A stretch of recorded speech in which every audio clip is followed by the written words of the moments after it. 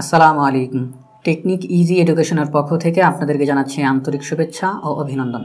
আপনারা ইতিমধ্যে আমার দুই দিকে সর্বমোট 29টি টপিকস দেখছেন। এই 29টি টপিকসের উপরে আজকে আমরা বিস্তারিত আলোচনা করব। সবার প্রথমে যেই টপিকসটি রয়েছে তা হচ্ছে সংখ্যা প্রতীক। সংখ্যা প্রতীক কাকে বলে? সংখ্যা লেখার জন্য যে প্রতীকগুলো ব্যবহার করা হয় তাকেই আমরা সংখ্যা প্রতীক বলে থাকি। যেমন আমরা 0 থেকে 9 পর্যন্ত যে 10টি আমরা অঙ্ক লিখলাম, এই 10টি অঙ্ককে সংখ্যা প্রতীক বলা হয়। এছাড়াও এই প্রত্যেকটিকে অঙ্ক বলা হয়। 0 একটি অঙ্ক, 1 একটি অঙ্ক, 5 একটি অঙ্ক। এই প্রত্যেকটি হচ্ছে অঙ্ক। এখানে সর্বমোট 10টি অঙ্ক রয়েছে এবং এই 10টি অঙ্ককে সংখ্যা প্রতীক বলা হয়, কারণ আমরা সংখ্যা লেখার জন্য, যে কোনো সংখ্যা লেখার জন্য এই 10টি অঙ্কই ব্যবহার করে থাকি। এই 10টি অঙ্ক থেকেই কোনো না কোনো অঙ্ক আমাদেরকে সংখ্যা লেখার জন্য কাজে লাগে। তাহলে আমরা সংখ্যা প্রতীক কাকে বলে আমরা বুঝলাম এবং এই প্রত্যেকটিকে কিন্তু অঙ্ক বলা হয়। 2 নম্বরে আমাদের যে টপিকসটি দেওয়া রয়েছে তা হচ্ছে স্বাভাবিক সংখ্যা। স্বাভাবিক সংখ্যা কাকে বলে? স্বাভাবিক সংখ্যা বলা হয় 0 ব্যতীত ধনাত্মক পূর্ণ সংখ্যাগুলোকে স্বাভাবিক সংখ্যা বলে। তাহলে এখানে দুইটা কথা, 0 ব্যতীত অর্থাৎ 0 রাখা যাবে না, ধনাত্মক পূর্ণ সংখ্যা অর্থাৎ যে পূর্ণ সংখ্যাগুলো আমরা লিখব সেগুলোকে অবশ্যই ধনাত্মক হইতে হবে। যেমন আমরা এখানের মধ্যে যে অঙ্কগুলো লিখেছি সেখান থেকে যদি আমরা 0কে বাদ দিয়ে দিই তাহলে আমরা কি লিখতে পারি? তা হচ্ছে 1, 2, 3, 4 এরকমভাবে আরও অনেক সংখ্যা। মনে রাখতে হবে শুধু যে 9 পর্যন্ত আমাদের এই স্বাভাবিক সংখ্যা তা কিন্তু না, 9-এর চাইতে আরও বড় সংখ্যাও আছে স্বাভাবিক সংখ্যার মধ্যে। তাহলে স্বাভাবিক সংখ্যা বলতে 0কে নেওয়া যাবে না, 0 ব্যতীত সকল ধনাত্মক পূর্ণ সংখ্যাকে। আমরা এখানের মধ্যে যেই সংখ্যাগুলো লিখলাম এগুলোর মধ্যে কোনো বিয়োগ চিহ্ন নেই, অর্থাৎ এগুলো ঋণাত্মক না, এই সবগুলো হচ্ছে ধনাত্মক পূর্ণ সংখ্যা। এখন আমি যদি এখানের মধ্যে লিখি 45, এটা একটা ধনাত্মক পূর্ণ সংখ্যা, তাহলে এটি একটি স্বাভাবিক সংখ্যার অন্তর্ভুক্ত হবে। আমি যদি লিখি 98, তাহলে এটি ধনাত্মক পূর্ণ সংখ্যা, সুতরাং এটি স্বাভাবিক সংখ্যার অন্তর্ভুক্ত হবে।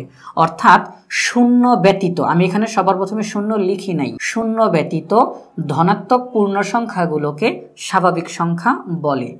3 নম্বরে যে টপিকসটি দেওয়া রয়েছে তা হচ্ছে সার্থক অঙ্ক। অঙ্ক এখন 2 ধরনের, একটা হচ্ছে সার্থক অঙ্ক, আরেকটা হচ্ছে অভাবজ্ঞাপক অঙ্ক বা সহকারী অঙ্ক। তাহলে সার্থক অঙ্ক কাকে বলে এটা আগে আমরা জেনে নিই। সার্থক অঙ্ক বলা হয়, আমরা জানি যে 0 থেকে 9 পর্যন্ত সর্বমোট 10টি অঙ্ক রয়েছে। এই 10টি অঙ্কের মধ্যে আমাদের এই 0 বাদে বাকি 1 থেকে 9 পর্যন্ত যে 9টি অঙ্ক রয়েছে এগুলো হচ্ছে সার্থক অঙ্ক, কারণ এগুলো প্রত্যেকটির নিজস্ব মান রয়েছে, স্বকীয় মান, তার নিজের মান রয়েছে। 1-এর নিজের মান হচ্ছে 1, 4-এর নিজের মান হচ্ছে 4, অর্থাৎ 1 থেকে 9 পর্যন্ত এই যে 9টি অঙ্ক, এই 9টি অঙ্কের নিজস্ব মান রয়েছে যাকে আমরা স্বকীয় মান বলে থাকি। এজন্য এইগুলোকে আমরা সার্থক অঙ্ক বলে থাকি। আর 0-এর নিজস্ব কোনো মান নেই, 0 শূন্যই। এজন্য 0কে বলা হয় অভাবজ্ঞাপক অঙ্ক বা সহকারী অঙ্ক। কেন সহকারী অঙ্ক বলা হইল? যেমন আমরা যদি 0 লিখি তাহলে এটার কোনো দাম থাকে না, কোনো মূল্য থাকে না, কিন্তু আমরা যদি অন্য একটি সার্থক অঙ্কের সাথে, যেমন আমি যদি 8 লিখি, 8-এর সাথে যদি একটা 0 পাশে বসাই তাহলে হয়ে যায় 80। আমি যখন শুধু 8 লিখলাম তখন তার মান 8, কিন্তু একটা 0 যখন আমি ডান দিকে বসালাম তখন এটা হয়ে গেল 80। অর্থাৎ এই 80 হওয়ার জন্য এই 0টি এখানে সহযোগিতা করেছে। এজন্যই 8 হচ্ছে সার্থক অঙ্ক, 0 হচ্ছে সহকারী অঙ্ক বা অভাবজ্ঞাপক অঙ্ক। অর্থাৎ কোনো একটি সংখ্যার মধ্যে আমরা এই 0 সহযোগিতা করে, অর্থাৎ সহকারী হিসাবে এখানে আমাদের ব্যবহার হয়। অর্থাৎ আমি যদি 0টা না লিখতাম তাহলে কিন্তু শুধু 8 থাকতো, কিন্তু আমি যখন 0 দিলাম তার মান বেড়ে হয়ে গেল 80। এখন যদি আমি আরেকটা 0 দেই তাহলে হয়ে যাবে 800। অর্থাৎ আমি এখন যত 0 দিব তার মান তত বাড়তে থাকবে। কিন্তু আমি এই 8 না দিয়ে যদি 0গুলো লিখতাম তাহলে কি কোনো মান থাকতো না? তাহলে কোনো মান থাকতো না। এই জন্য 0কে আমরা সহকারী অঙ্ক বা অভাবজ্ঞাপক অঙ্ক বলে থাকি। আর 1 থেকে 9 পর্যন্ত এই 9টি অঙ্ককে আমরা সার্থক অঙ্ক বলে থাকি। তাহলে আমাদের 3 নম্বর টপিকস আমরা বুঝলাম। এখন 4 নম্বর টপিকসে বলা হয়েছে অঙ্ক পাতন। শব্দটা খেয়াল করতে হবে, অঙ্ক পাতন। অঙ্ক পাতন কাকে বলে? অঙ্ক পাতন বলতে বোঝানো হয় যে অঙ্ক দ্বারা কোনো সংখ্যা লেখাকেই অঙ্ক পাতন বলা হয়।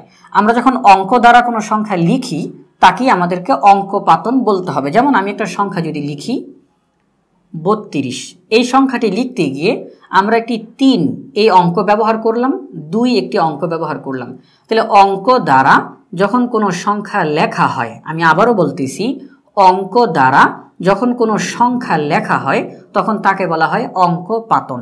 তাহলে শুধু 32, আমি যদি অন্য একটা সংখ্যা লিখি, যেমন 849, এই যে সংখ্যাটা লিখলাম, এই সংখ্যাটা লিখতে গিয়ে 8 একটি অঙ্ক, 4 একটি অঙ্ক, 9 একটি অঙ্ক, তাহলে 3টি অঙ্ককে আমরা পাশাপাশি বসিয়ে একটি সংখ্যা লিখলাম, সেটি হচ্ছে 849। তাহলে এই সংখ্যাটি লিখতে গিয়ে আমাদেরকে অঙ্কের ব্যবহার করতে হয়েছে। তাহলে অঙ্ক দ্বারা কোনো সংখ্যা লিখলে তাকে অঙ্কপাতন বলা হয়। এরপর 5 নাম্বার, এটা কি বলা হয়েছে? দশমিক বা 10 গুণোত্তর রীতি, অর্থাৎ সংখ্যা প্রকাশের রীতিকে দশমিক রীতি বা 10 গুণোত্তর রীতি বলা হয়। কিন্তু কেন, তার ব্যাখ্যাটা এখন আমরা দিব। সেটা হচ্ছে, দশমিক বলা হয় এই জন্য যে আমরা যে কোনো সংখ্যা লিখি না কেন, আমাদেরকে কিন্তু 0 থেকে শুরু করে 9 পর্যন্ত যে 10টি অঙ্ক রয়েছে, এই 10টি অঙ্কের মাধ্যমেই আমাদেরকে যে কোনো সংখ্যা লিখতে হয়। আমি কিন্তু কোনো সংখ্যা এই অঙ্কগুলো ব্যতীত লিখতে পারি না। যেমন আমরা 849 লিখলাম, এই সংখ্যাটা লিখতে গিয়ে আমাদেরকে এই 10টি অঙ্কের মধ্য থেকেই অঙ্কগুলোকে নিয়ে আসা হয়েছে। তাহলে আমরা কি বলতে পারি? আমাদেরকে যে কোনো সংখ্যা লেখার জন্য 10টি অঙ্ক ব্যবহার করতে হয়। এই 10টি অঙ্কের মধ্য থেকেই কোনো না কোনো অঙ্ক দ্বারা আমাদেরকে সংখ্যা তৈরি করতে হয়।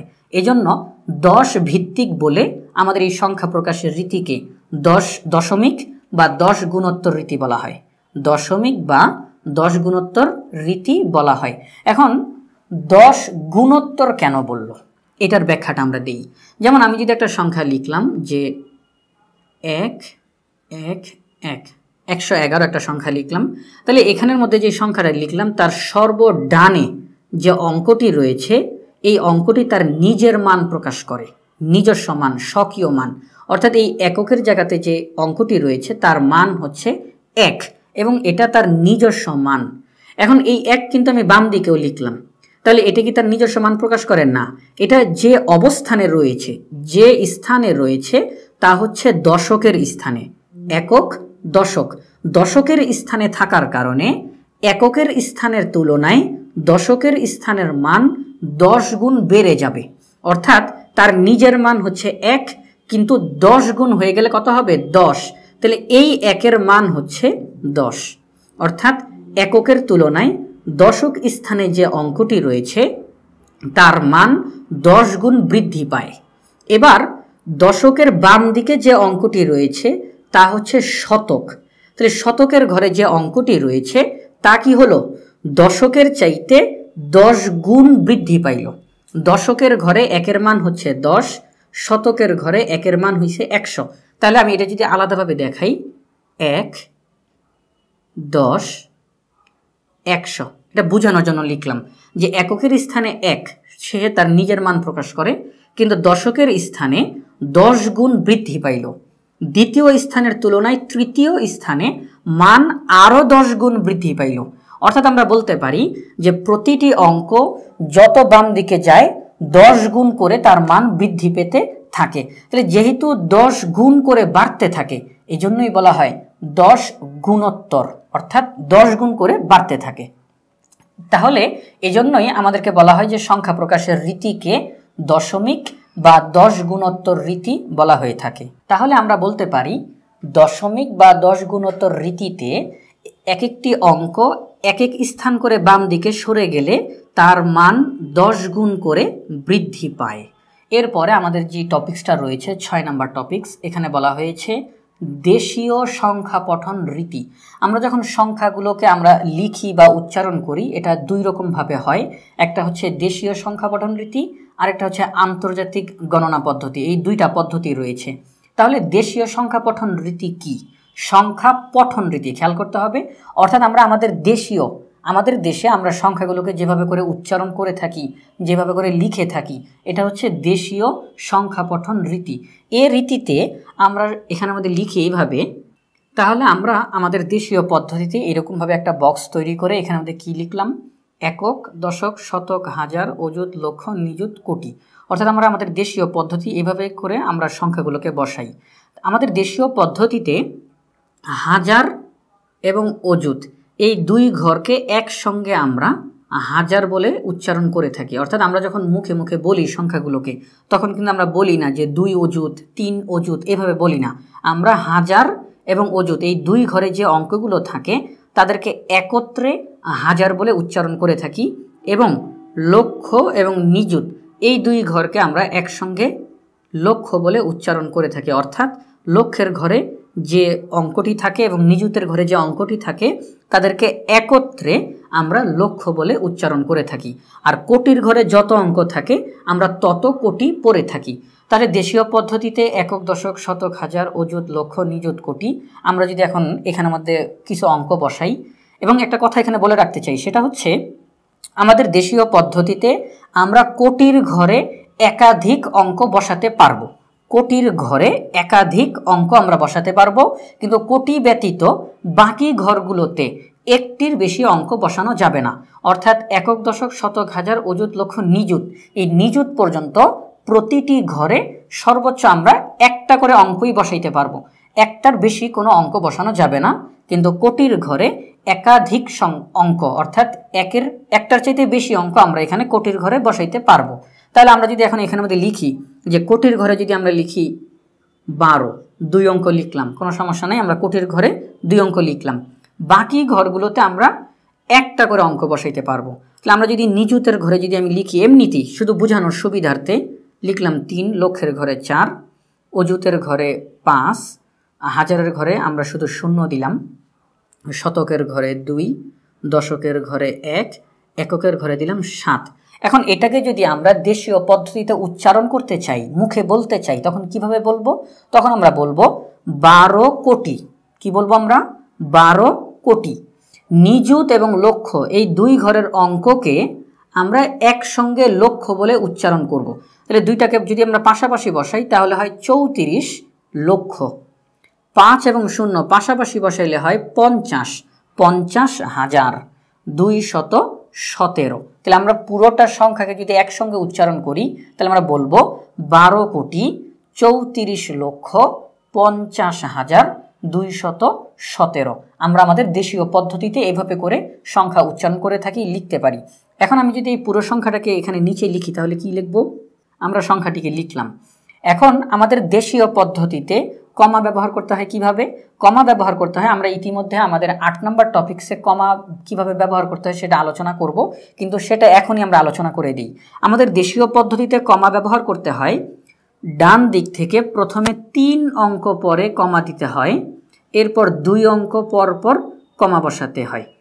আমি আবারও বলি, দেশীয় পদ্ধতিতে ডান দিক থেকে প্রথমে 3 অঙ্ক পরে কমা বসাতে হয়, তারপর 2 অঙ্ক পরে কমা, তারপর আবার 2 অঙ্ক পরে কমা। তাহলে আমরা কি করব? প্রথমে 3 অঙ্ক পরে ডান দিক থেকে 3 অঙ্ক পরে কমা বসাবো, এরপর 2 অঙ্ক পর পর কমা বসাতে থাকবো। তাহলে 12 কোটি 34 লক্ষ 50,000, 217। তাহলে আমরা এখনো পর্যন্ত 1 থেকে 6 নাম্বার টপিকস পর্যন্ত আলোচনা করে ফেললাম। এখন আমরা আলোচনা করব 7 নাম্বার টপিকস, আন্তর্জাতিক গণনা পদ্ধতি। আন্তর্জাতিক গণনা পদ্ধতি কি সেটা হচ্ছে, আমরা এখন এখানে একটা বক্স উঠাবো। তাহলে আমরা আন্তর্জাতিক পদ্ধতির একটি বক্স তৈরি করলাম। এখানের মধ্যে একক, দশক, শতক, হাজার পর্যন্ত ঠিক আছে, কিন্তু দেশীয় পদ্ধতির তুলনায় আন্তর্জাতিক পদ্ধতিতে এই দুইটি শব্দ নতুন। একটি হচ্ছে মিলিয়ন, একটি হচ্ছে বিলিয়ন। আমরা আমাদের আন্তর্জাতিক পদ্ধতিতে হাজারের ঘরে অনূর্ধ্ব 3 অঙ্ক বিশিষ্ট সংখ্যা বসাইতে পারি। অনূর্ধ্ব বলতে কি বোঝানো হয়? অর্থাৎ এর বেশি যাওয়া যাবে না। আমরা হাজারের ঘরে সর্বোচ্চ 3 অঙ্ক বিশিষ্ট সংখ্যা বসাইতে পারবো, মিলিয়নের ঘরে সর্বোচ্চ 3 অঙ্ক বিশিষ্ট সংখ্যা বসাইতে পারবো, এবং বিলিয়নের ঘরে যত হোক তত অঙ্ক বিশিষ্ট বসানো যাবে, এখানে কোনো সমস্যা নেই। মূলত হাজার এবং মিলিয়ন এই দুই ঘরে আমরা সর্বোচ্চ 3 অঙ্ক বিশিষ্ট সংখ্যা এখানে বসাইতে পারবো। যেমন আমরা এখন বিলিয়নের ঘরে যদি লিখি যে 21 বিলিয়ন, 2 অঙ্ক, সমস্যা নেই, আমরা 2 অঙ্ক লিখলাম। এখন মিলিয়নে যদি আমাকে বলা হয় যে 3 মিলিয়ন, তাহলে আমি মিলিয়নের ঘরে 1 অঙ্ক বসাবো না, আমাকে এখানে 3 অঙ্ক বসাইতে হবে। তাহলে 1 অঙ্ক হয়ে গেল, আর বাকি 2টা অঙ্ক আমি 2টা শূন্য দিয়ে পূরণ করে দিব, আমাকে 3 অঙ্ক বসাইতে হবে। এরপর হাজারের ঘরে আমি যদি লিখলাম যে 78,000, না, এখানে আমাকে 3 অঙ্ক বসাইতে হবে। তাহলে 1 2 3 আমাকে সামনের দিকে একটা শূন্য দিতে হবে। এই জিনিসটা খেয়াল রাখতে হবে যে সামনের দিকে শূন্য দিতে হবে। তাহলে 3 অঙ্ক পূরণ হয়ে গেল। আর শতক, দশক, একক এই 3টি ঘরে দেশীয় পদ্ধতিতে যেমন 1 অঙ্ক করে বসিয়েছি, এখানেও আমরা 1 অঙ্ক করে বসাবো। এককের ঘরে 4 বসাইলাম, দশকের ঘরে আমরা 9 এবং শতকের ঘরে 6 বসাই। তাহলে এখানে আমরা উচ্চারণ করব কিভাবে? 21,03,78,694। আমরা যদি এটাকে সম্পূর্ণটাকে একসাথে লিখি তাহলে এরকম হবে। আমরা সম্পূর্ণ সংখ্যাটিকে লিখলাম, কিন্তু এখন যদি আমরা কমা ব্যবহার করি, আমাদের 8 নম্বর টপিক্সে যে বিষয়টা রয়েছে কমা ব্যবহার, আমরা যদি এখানে কমা ব্যবহার করি, আন্তর্জাতিক পদ্ধতিতে কমা ব্যবহারের নিয়ম হচ্ছে ডান দিক থেকে প্রতি 3 অঙ্ক পরপর কমা বসাতে হয়। আমাদের দেশীয় পদ্ধতিতে ছিল যে প্রথমে 3 অঙ্ক পরে আর তারপর 2 অঙ্ক পরপর, কিন্তু আন্তর্জাতিকে 2 অঙ্ক নাই। আন্তর্জাতিকে প্রতি 3 অঙ্ক পরপর কমা বসাইতে হবে। 1 2 3 3 অঙ্ক পরে কমা, 1 2 3 3 অঙ্ক পরে কমা, 1 2 3 3 অঙ্ক পরে কমা। আমরা আন্তর্জাতিক পদ্ধতিতে প্রথম কমাটিকে বলতে পারি যে এটা হচ্ছে হাজারের কমা, দ্বিতীয় কমাটি হচ্ছে মিলিয়নের কমা, তৃতীয় কমাটি বিলিয়নের কমা। কিভাবে? 21,03,78,694। তাহলে আন্তর্জাতিক পদ্ধতিতে কিভাবে কমা ব্যবহার করতে হয় আমরা সেটা শিখে ফেললাম। অর্থাৎ আমাদের 7 নম্বর টপিক্সটাও হয়ে গেল, 8 নম্বর টপিক্সের কাজটাও শেষ। কমা ব্যবহার কিভাবে দেশীয় পদ্ধতিতে করতে হয়, আন্তর্জাতিক পদ্ধতিতে করতে হয়, আমরা 2 পদ্ধতি ইতিমধ্যে শিখে ফেলেছি। এখন আরেকটা বিষয় আমাদের লক্ষণীয় বিষয়, সেটা হচ্ছে 1 মিলিয়ন সমান 10 লক্ষ এবং 1 বিলিয়ন সমান 100 কোটি। অর্থাৎ আমরা আমাদের দেশীয় পদ্ধতিতে যাকে 10 লক্ষ বলবো, আন্তর্জাতিক পদ্ধতিতে তাকে আমরা 1 মিলিয়ন বলবো। অর্থাৎ 1 মিলিয়ন বলতে 10 লক্ষকে বোঝানো হবে। আবার আমরা আমাদের দেশীয় পদ্ধতিতে যাকে আমরা 100 কোটি বলবো, তাকে আন্তর্জাতিক পদ্ধতিতে 1 বিলিয়ন বলবো। অর্থাৎ 100 কোটিতে 1 বিলিয়ন হয়, 10 লক্ষতে 1 মিলিয়ন হয়। এখন যদি আমাকে বলা হয় 30 লক্ষ, তাহলে কয় মিলিয়ন হবে? 3 মিলিয়ন। যদি আমাদেরকে বলা হয় 500 কোটি, তাহলে কয় বিলিয়ন হবে? 5 বিলিয়ন। তাহলে আমরা বুঝতে পারলাম 1 মিলিয়ন সমান 10 লক্ষ, 1 বিলিয়ন সমান 100 কোটি। আমরা এখন আলোচনা করব আমাদের 9 নাম্বার যে টপিকস, মৌলিক ও যৌগিক সংখ্যা। মৌলিক সংখ্যা কাকে বলে, যৌগিক সংখ্যা কাকে বলে? মৌলিক সংখ্যা বলা হয় যে কোনো একটি সংখ্যার গুণনীয়ক 1 এবং ওই সংখ্যাটি হলে, 1 এবং ওই সংখ্যাটি হলে, অর্থাৎ শুধুমাত্র 2টি গুণনীয়ক থাকলে ওই সংখ্যাকে আমরা মৌলিক সংখ্যা বলবো। অর্থাৎ 2টি গুণনীয়কের কম থাকবে না, 2টি গুণনীয়কের বেশি থাকবে না, শুধুমাত্র 2টি গুণনীয়ক হবে, ওই সংখ্যাকে আমরা মৌলিক সংখ্যা বলবো। যদি আমরা উদাহরণ দিই, যেমন আমরা লিখতে পারি 2, তাহলে 2 এর মধ্যে 2 এর গুণনীয়ক হচ্ছে 1 এবং 2 নিজে, তাহলে 2 সংখ্যাটির গুণনীয়ক হলো 2টি, 2টির কমও না 2টির বেশিও না, তাহলে 2 হচ্ছে একটি মৌলিক সংখ্যা। যদি আমি লিখি 5, তাহলে 5 এর গুণনীয়ক হচ্ছে 1 এবং 5 নিজে, অর্থাৎ এখানে 2টি গুণনীয়ক 1 এবং এই সংখ্যাটি নিজে, তাহলে 5ও একটি মৌলিক সংখ্যা। তাহলে মৌলিক সংখ্যা হওয়ার জন্য শর্ত হচ্ছে যে ওই সংখ্যাটির গুণনীয়ক হবে 1 এবং ওই সংখ্যাটি নিজে, 1 এবং ওই সংখ্যাটি নিজে, তাহলে তাদেরকে আমরা মৌলিক সংখ্যা বলবো। এর সাথে সাথে আরেকটা তথ্য দিতে চাই, যত মৌলিক সংখ্যা রয়েছে তার মধ্যে শুধুমাত্র 2 হচ্ছে একমাত্র জোড় মৌলিক সংখ্যা। যত মৌলিক সংখ্যা রয়েছে তার মধ্যে 2 একমাত্র জোড় মৌলিক সংখ্যা, আর বাকি যত মৌলিক সংখ্যা রয়েছে সবগুলো হচ্ছে বিজোড় মৌলিক সংখ্যা। আমরা এতটুকু বুঝতে পারলাম যে মৌলিক সংখ্যা কাকে বলে। তাহলে আমরা মৌলিক সংখ্যা কি সেটা শিখলাম। এখন আপনাদের মনে প্রশ্ন আসতে পারে যে 1 এটি মৌলিক সংখ্যা না কেন? তার কারণ 1 মৌলিক সংখ্যা না হওয়ার কারণ হচ্ছে 1 এর গুণনীয়ক হচ্ছে শুধু 1 নিজে, আর কোনো গুণনীয়ক নেই। কিন্তু মৌলিক সংখ্যা হওয়ার জন্য শর্ত হচ্ছে 2টি গুণনীয়ক থাকতেই হবে, 2টি গুণনীয়ক থাকতেই হবে, কিন্তু 1 এর গুণনীয়ক হচ্ছে মাত্র 1টি, এজন্য 1 মৌলিক সংখ্যা না। এখন একটা সংখ্যা আমরা এখানে আমাদের লিখব, সেটা হচ্ছে 442223223221। এটা মোবাইল নাম্বারের মতো হয়ে গেল, 442223223221। এটি হচ্ছে মৌলিক সংখ্যা 1 থেকে 100 পর্যন্ত যে মৌলিক সংখ্যাগুলো রয়েছে। এখানে আমাদের সর্বমোট 25টি মৌলিক সংখ্যা রয়েছে। 1 থেকে 100 পর্যন্ত সর্বমোট 25টি মৌলিক সংখ্যা রয়েছে এবং তাদেরকে আমরা সংক্ষেপে এই সংখ্যাটি দ্বারা প্রকাশ করতে পারি। এই প্রথম 4 দ্বারা বোঝানো হয় যে 1 থেকে 10 পর্যন্ত 4টি মৌলিক সংখ্যা রয়েছে। এরপর হচ্ছে 11 থেকে 20 পর্যন্ত আরও 4টি মৌলিক সংখ্যা রয়েছে। তারপর হচ্ছে 21 থেকে 30 পর্যন্ত 2টি মৌলিক সংখ্যা রয়েছে এবং সর্বশেষ 91 থেকে 100 পর্যন্ত শুধুমাত্র একটি মৌলিক সংখ্যা রয়েছে। অর্থাৎ 1 থেকে শুরু করে 100 পর্যন্ত সর্বমোট 25টি মৌলিক সংখ্যা রয়েছে এবং সেগুলোকে আমরা এই নাম্বারটির মাধ্যমে সহজে প্রকাশ করতে পারি। এখন যদি আপনার প্রশ্ন আসে যে 1 থেকে 30 পর্যন্ত কয়টি মৌলিক সংখ্যা, 4 + 4 8, 8 আর 2 হচ্ছে 10, অর্থাৎ 1 থেকে শুরু করে 30 পর্যন্ত 10টি মৌলিক সংখ্যা রয়েছে। তাহলে আমরা এই নাম্বারটি যদি মনে রাখি তাহলে আমরা খুব সহজে 1 থেকে 100 পর্যন্ত যে 25টি মৌলিক সংখ্যা রয়েছে সেটা আমরা বুঝতে পারবো এবং বের করতে পারবো। এখন আমরা শিখব যৌগিক সংখ্যা কাকে বলে। যৌগিক সংখ্যা বলা হয় যে একটি সংখ্যার এক এবং ওই সংখ্যা ছাড়াও আরও এক বা একাধিক গুণনীয়ক থাকতে হবে, তাহলে ওই সংখ্যাকে আমরা যৌগিক সংখ্যা বলবো। যেমন একটা উদাহরণ যদি আমি লিখি যে 4, তাহলে 4-এর গুণনীয়ক কি? 1 2 4। 4-এর গুণনীয়কের মধ্যে 1 রয়েছে, 4 নিজে রয়েছে, এছাড়াও আরও একটি গুণনীয়ক রয়েছে, তাহলে 4 হচ্ছে একটি যৌগিক সংখ্যা।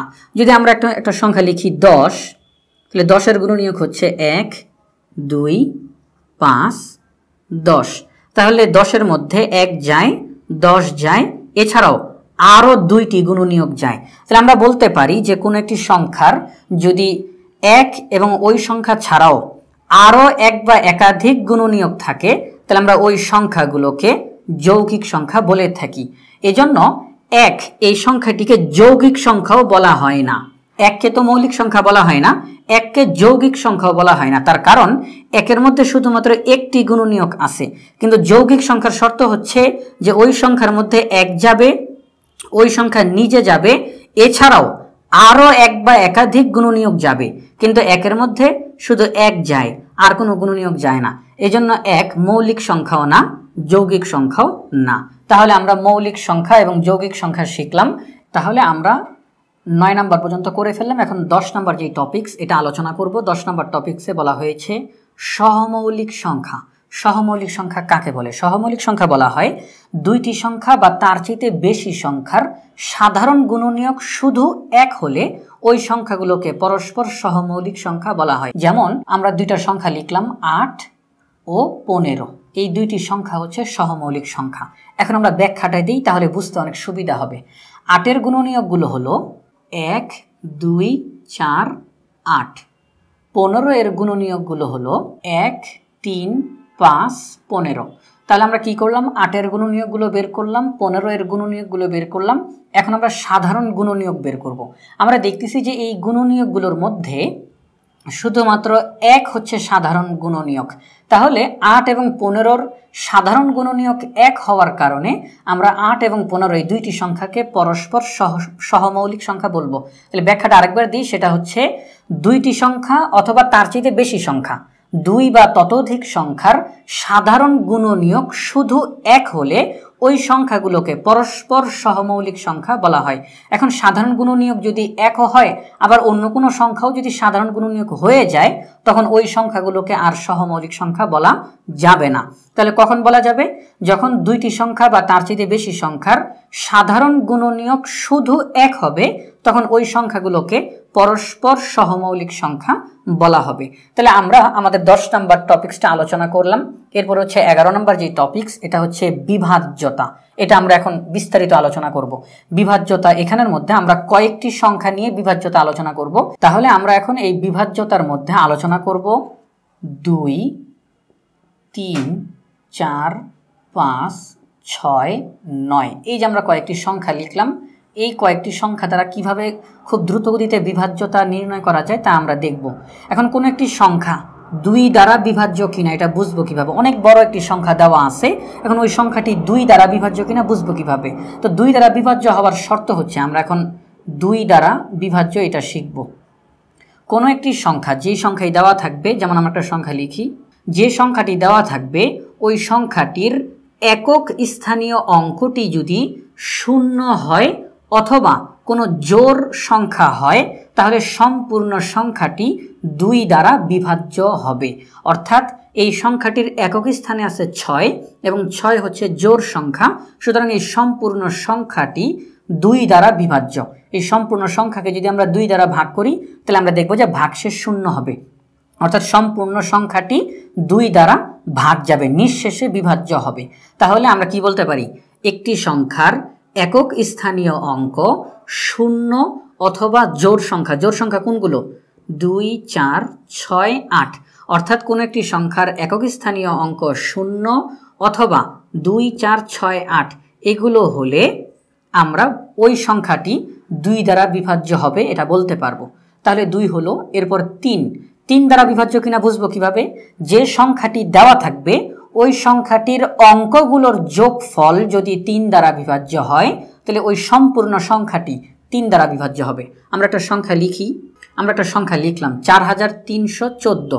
এখন এই যে সংখ্যাটি, এই সংখ্যাটি 3 দ্বারা বিভাজ্য কিনা বুঝবো কিভাবে, এই সংখ্যাটির অঙ্কগুলোর যোগফল বের করব।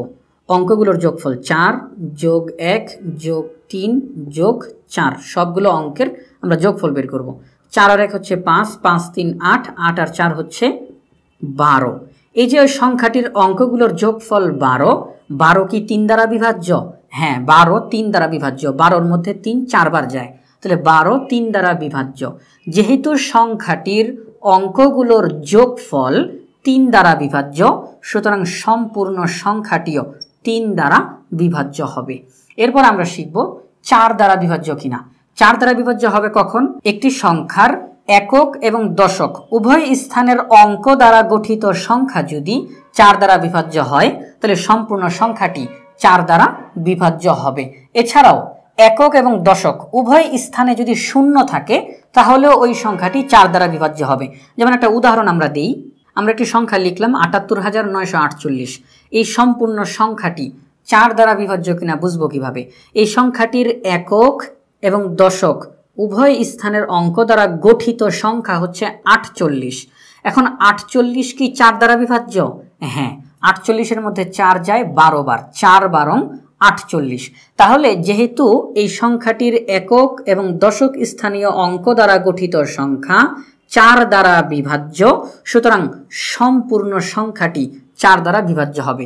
এছাড়াও আমি যদি এই সংখ্যাটিকে এইভাবে লিখতাম, এই যে সংখ্যাটি লিখলাম 78900, এই সংখ্যাটির একক এবং দশক উভয় স্থানে 0 রয়েছে, সুতরাং আমরা বলতে পারি এই সম্পূর্ণ সংখ্যাটি 4 দ্বারা বিভাজ্য। তাহলে আমি এক কথায় বলে দিই, একটি সংখ্যার একক এবং দশক উভয় স্থানের অঙ্ক দ্বারা গঠিত সংখ্যা যদি 4 দ্বারা বিভাজ্য হয়, সম্পূর্ণ সংখ্যাটি 4 দ্বারা বিভাজ্য হবে। আবার একটি সংখ্যার একক এবং দশক উভয় স্থানেই যদি 0 থাকে তাহলে ওই সম্পূর্ণ সংখ্যাটি 4 দ্বারা বিভাজ্য হবে। 5 দ্বারা বিভাজ্য কিনা বুঝবো কিভাবে, এটা খুবই সহজ। একটি সংখ্যা, যে সংখ্যাটি দেওয়া থাকবে ওই সংখ্যাটির একক স্থানীয় অঙ্ক যদি 5 হয় অথবা 0 হয়, যে সংখ্যাটি দেওয়া থাকবে ওই সংখ্যাটির একক স্থানে যদি 5 থাকে অথবা 0 থাকে তাহলে ওই সম্পূর্ণ সংখ্যাটি 5 দ্বারা বিভাজ্য হবে। এই সংখ্যাটির একক স্থানে আছে 5, সুতরাং এই সম্পূর্ণ সংখ্যাটি 5 দ্বারা বিভাজ্য হবে। আমি যদি এইভাবে লিখতাম, এই সংখ্যাটির একক স্থানে আছে 0, তাহলে এই সংখ্যাটি 5 দ্বারা বিভাজ্য হবে। অর্থাৎ কোনো সংখ্যার একক স্থানে 5 অথবা 0 থাকলে ওই সম্পূর্ণ সংখ্যাটি 5 দ্বারা বিভাজ্য হয়।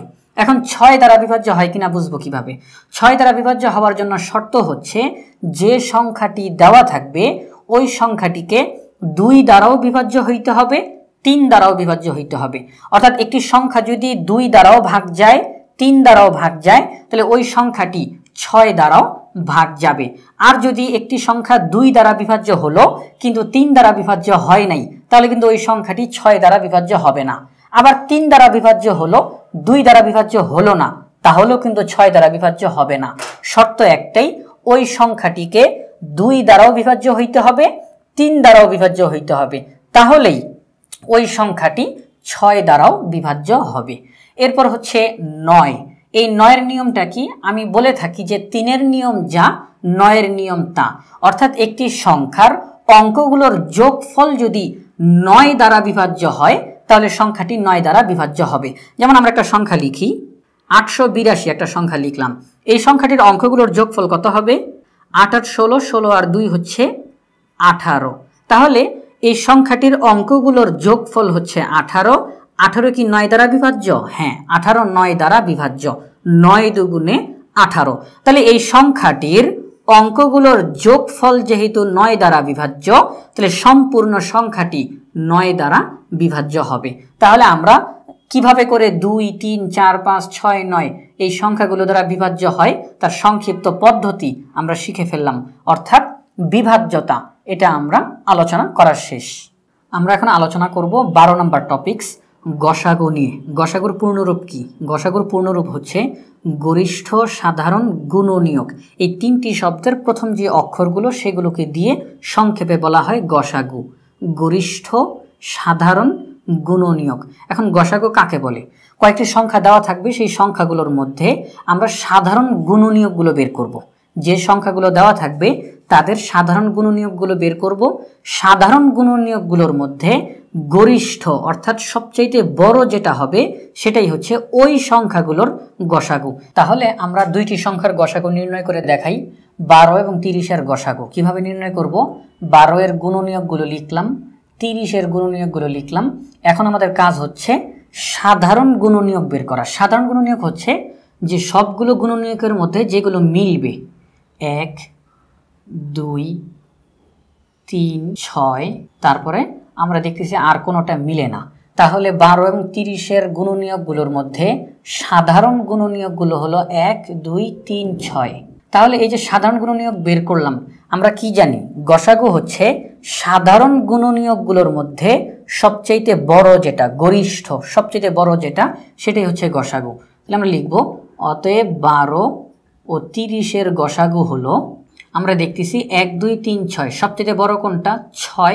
তাহলে গসাগু হলো 6, অর্থাৎ 12 ও 30-এর গসাগু হলো 6। আমরা কি বলতে পারি? যে যেই সংখ্যাগুলো দেওয়া থাকবে তাদের গুণনীয়কগুলোর মধ্যে সাধারণ গুণনীয়ক যা হবে তাদের মধ্যে সবচেয়ে বড়টি হচ্ছে গসাগু। তাহলে আমরা তো গসাগু এইভাবে আমরা নির্ণয় করলাম গুণনীয়কের সাহায্যে। আবার আমরা মৌলিক গুণনীয়কের সাহায্যেও করতে পারতাম, অর্থাৎ 12 এর মৌলিক গুণনীয়কগুলো বের করতাম। এখানে কিন্তু সবগুলো মৌলিক না, যেমন 1 4 6 12 এগুলো মৌলিক না। আমরা 12 এর মৌলিক গুণনীয়কগুলো বের করতাম, 30-এর মৌলিক গুণনীয়কগুলো বের করতাম, তাদের মধ্যে আবার সাধারণ গুণনীয়ক বের করে যেভাবে করলাম ওইভাবে করতে পারতাম। এটা তো গেল। তাহলে দুইটা পদ্ধতি শিখলাম, একটা হচ্ছে গুণনীয়কের মাধ্যমে, একটা হচ্ছে মৌলিক গুণনীয়কের মাধ্যমে, এবং আরেকটা পদ্ধতি হচ্ছে ভাগ প্রক্রিয়া। দেখেন আমি শব্দটা লিখি, এই ভাগ প্রক্রিয়ার মাধ্যমেও গসাগু নির্ণয় করা যায়। সেই পদ্ধতিতে কিভাবে করতে হয়? সেই পদ্ধতি হচ্ছে যতগুলো সংখ্যা দেওয়া থাকবে, যেমন এই অঙ্কটা আমরা করে দেখাই উদাহরণ হিসাবে, 12 এবং 30। এখন এখানে তো আমরা দুইটা সংখ্যা দিয়ে, যদি আরো অনেক বেশি সংখ্যা থাকতো সেটার ব্যাখ্যা আমরা দিব। 12 এবং 30-এর গসাগু কিভাবে বের করব ভাগ প্রক্রিয়ার মাধ্যমে? সেটা হচ্ছে 30 এই সংখ্যাটিকে আমরা ভাগ করব 12 দ্বারা। 12 30-এর মধ্যে যায় 2 বার, 12 দুগুণে 24, থাকে 6। এই 6 দ্বারা আগের যেই ভাজক তাকে আমরা ভাগ করব। 6 12-র মধ্যে যায় 2 বার, 6 দুগুণে 12। তাহলে যেই সংখ্যাটা দ্বারা সর্বশেষ অঙ্কটা মিলে গেল, অর্থাৎ সর্বশেষ ভাজক, এটাও ভাজক 6ও ভাজক, সর্বশেষ যেই ভাজক সেটাই হচ্ছে গসাগু। এখন এখানে তো দুইটা সংখ্যা, যদি আরো সংখ্যা থাকতো, যেমন আমি যদি এখানে আরেকটা সংখ্যা যুক্ত করে দিই, সেটা হচ্ছে যদি লিখি যে 48, আমি একটা সংখ্যা লিখলাম 48, তাহলে কি করতে হবে? এখন 48কে ভাগ করতে হবে যে সর্বশেষ যেই ভাজকটা ছিল সেটা দ্বারা, 6 দ্বারা। 6 48-এর মধ্যে কয়বার যায়? 8 বার যায়, 6 8 48। তাহলে আমরা দেখলাম 12 30 48 তিনটি সংখ্যা আমরা যখন ভাগ প্রক্রিয়ার মাধ্যমে করলাম, 6 দ্বারা সর্বশেষ শূন্য হয়েছে। তাহলে সর্বশেষ যেই ভাজক সেটি হচ্ছে গসাগু। এটা হচ্ছে ভাগ প্রক্রিয়ার নিয়ম। তাহলে একাধিক সংখ্যার আমরা গসাগু কিভাবে বের করব? ভাগ প্রক্রিয়ার মাধ্যমে একটি সংখ্যাকে আরেকটি সংখ্যা দ্বারা ভাগ করব, সর্বশেষ যেই ভাজক সেটা হচ্ছে গসাগু। যদি আরো সংখ্যা থাকে ওই ভাজকটা দ্বারাই ওই সংখ্যাটিকে আমরা ভাগ করব। এভাবে করে করতে করতে এখানে তো শূন্য হয়ে গেছে, কিন্তু যদি শূন্য না হতো একই পদ্ধতিতে যেভাবে করলাম, এই একই পদ্ধতিতে করতে করতে সর্বশেষ যেই ভাজকটা হবে সেটাই হবে গসাগু। তাহলে আমরা গসাগু শিখলাম। এখন আমরা শিখব লসাগু কিভাবে করতে হয়। তাহলে লসাগু হচ্ছে লঘিষ্ঠ সাধারণ গুণিতক, শব্দটা খেয়াল করবেন, গুণিতক, লঘিষ্ঠ সাধারণ গুণিতক, অর্থাৎ যতগুলো সংখ্যা আমাদের কাছে দেওয়া থাকবে ওই সংখ্যাগুলোর আমরা সবার প্রথমে গুণিতক বের করব, তারপর সাধারণ গুণিতক বের করব, সর্বশেষে লঘিষ্ঠ সাধারণ গুণিতক বের করব। এখন লঘিষ্ঠ বলতে কি বোঝায়? লঘিষ্ঠ বলতে বোঝায় ছোট, অর্থাৎ ছোট সাধারণ গুণিতকটি হচ্ছে লসাগু। যেমন আমরা উদাহরণ দিতে পারি, তাহলে আমরা এখন এখানে একটা উদাহরণ লিখলাম 15 এবং 30। 15 এবং 30-এর লসাগু আমরা নির্ণয় করব। তাহলে এই জন্য সবার প্রথমে আমাদেরকে গুণিতক বের করতে হবে। 15 এর গুণিতক হচ্ছে 15, 30, 45, 60, এছাড়াও আরও অনেক আছে, মনে রাখতে হবে গুণিতকের শেষ নাই, গুণিতক চলতেই থাকে চলতেই থাকে। এই জন্য আমরা এরকম কয়েকটা ডট চিহ্ন দিয়ে বুঝিয়ে দিলাম যে এখানে আরও অনেক গুণিতক রয়েছে। 30-এর গুণিতক 30 একে 30, 30 দুগুণে 60, 3 30 90, আরও অনেক গুণিতক রয়েছে। এখন সবার প্রথমে গুণিতকগুলো বের করার পর আমাদেরকে বের করতে হবে সাধারণ গুণিতক। সাধারণ গুণিতক মানে কি? যে গুণিতকগুলো আমরা বের করলাম তাদের মধ্যে যেটা যেটা মিলবে, যেমন এখানের 30 এবং এখানের 30, এখানের 60 এবং এখানের 60 মিলে গেল, অর্থাৎ 15 এবং 30-এর সাধারণ গুণিতকগুলো হলো 30, 60, এছাড়াও আরও অনেক সাধারণ গুণিতক হতে পারে, কারণ এখানে তো আরও অনেক সংখ্যা লেখা যায়, এখানে আরও অনেক সংখ্যা লেখা যায়, সেক্ষেত্রে সাধারণ গুণিতক আরও হতে পারে। এই জন্য আমরা কয়েকটা ডট চিহ্ন দিয়ে দিলাম। তাহলে সাধারণ গুণিতক আমরা বের করলাম 30 এবং 60। এখন লসাগু বলা হয় সাধারণ গুণিতক যেগুলো হবে তাদের মধ্যে সবচেয়ে ছোট যেটা লঘিষ্ঠ। লঘিষ্ঠ বলতে বোঝানো হয় ছোট। তাহলে সাধারণ গুণিতকগুলোর মধ্যে সবচেয়ে ছোট হচ্ছে 30। এখানে আমরা আরও যত সাধারণ গুণিতক বের করব সবগুলো আরও বড় হতে থাকবে। তাহলে সবচেয়ে ছোট সাধারণ গুণিতক হচ্ছে 30। তাহলে আমরা বলতে পারি 15 ও 30-এর লসাগু হলো 30, অর্থাৎ সাধারণ গুণিতকগুলোর মধ্যে সবচেয়ে ছোট সাধারণ গুণিতকটি হচ্ছে ওই সংখ্যাগুলোর লসাগু। তাহলে আমরা লসাগু এভাবে গুণিতক বের করলাম, গুণিতকের মাধ্যমে করতে পারি, আবার আমরা ইউক্লিডীয় পদ্ধতির মাধ্যমে করতে পারি। ইউক্লিডীয় পদ্ধতি কি? ইউক্লিডীয় পদ্ধতি হচ্ছে এরকম, অর্থাৎ আমরা এটাতে একটা চিহ্ন দেখালাম, কিন্তু এই দুইটা সংখ্যা আমরা এখানে করে দেখাই। 15 এবং 30 লিখি। 3 15-এর মধ্যে যায় 5 বার, 30-এর মধ্যে যায় 10 বার, 5 5-এর মধ্যে যায় 1 বার, 10-এর মধ্যে যায় 2 বার, আর কোনো সংখ্যা এই দুইটার মধ্যে যাবে না, এই নিচের দাগটা বাদ হবে। আমি তো প্রথমে বোঝানোর জন্য দিয়েছিলাম। তাহলে যে বিষয়টা খেয়াল করেন সেটা হচ্ছে 15 এবং 30 এই দুইটি সংখ্যার মৌলিক গুণনীয়কগুলো আমরা বের করব, অর্থাৎ 3 হচ্ছে একটা মৌলিক সংখ্যা এবং 3 15-এর মধ্যেও যায়, 30-এর মধ্যেও যায়। 5 হচ্ছে একটি মৌলিক সংখ্যা, এটি 5-এর মধ্যে যায়, 10-এর মধ্যে যায়।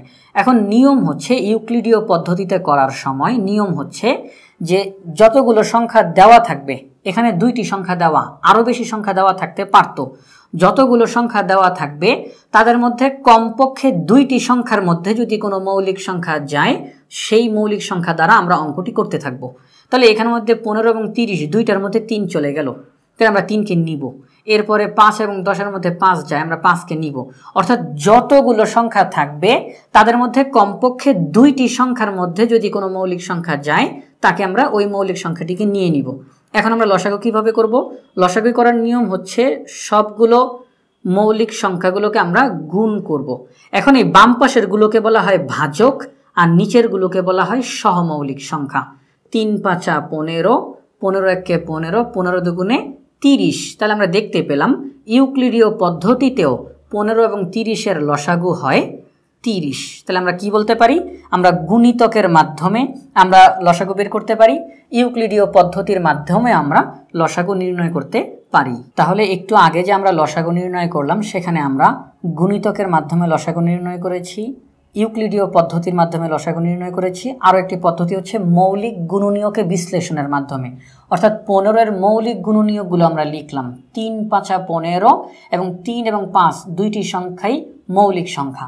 30-কে যদি আমরা মৌলিক গুণনীয়কে বিশ্লেষণ করি তাহলে হবে 2 গুণ 3 গুণ 5, 2 3 5 এই তিনটি সংখ্যাই মৌলিক সংখ্যা। 3 দুগুণে 6, 5 6 30।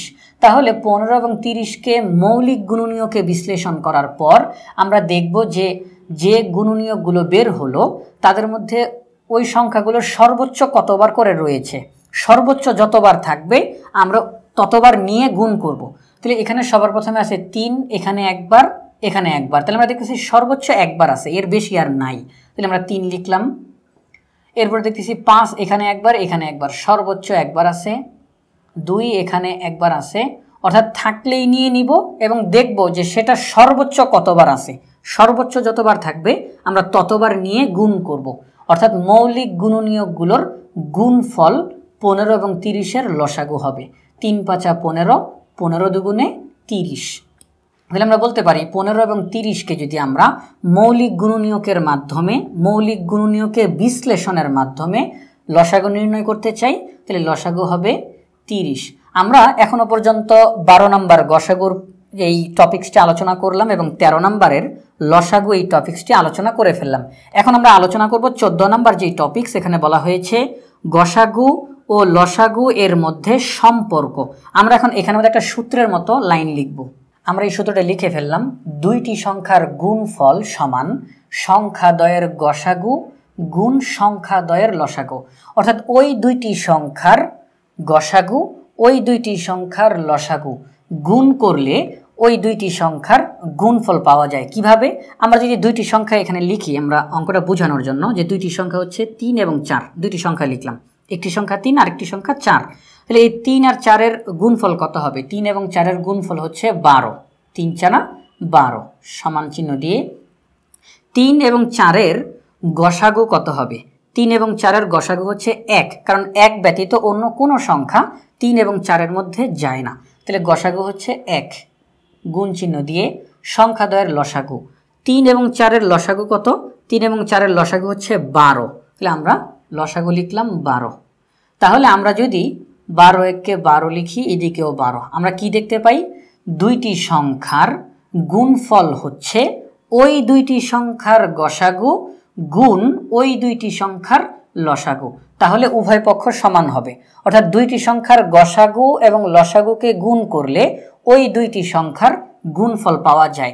এখন অনেক সময় অঙ্কের মধ্যে দুইটি সংখ্যার গুণফল দেওয়া থাকতে পারে, গসাগু দেওয়া থাকতে পারে, লসাগু জানতে চাইতে পারে।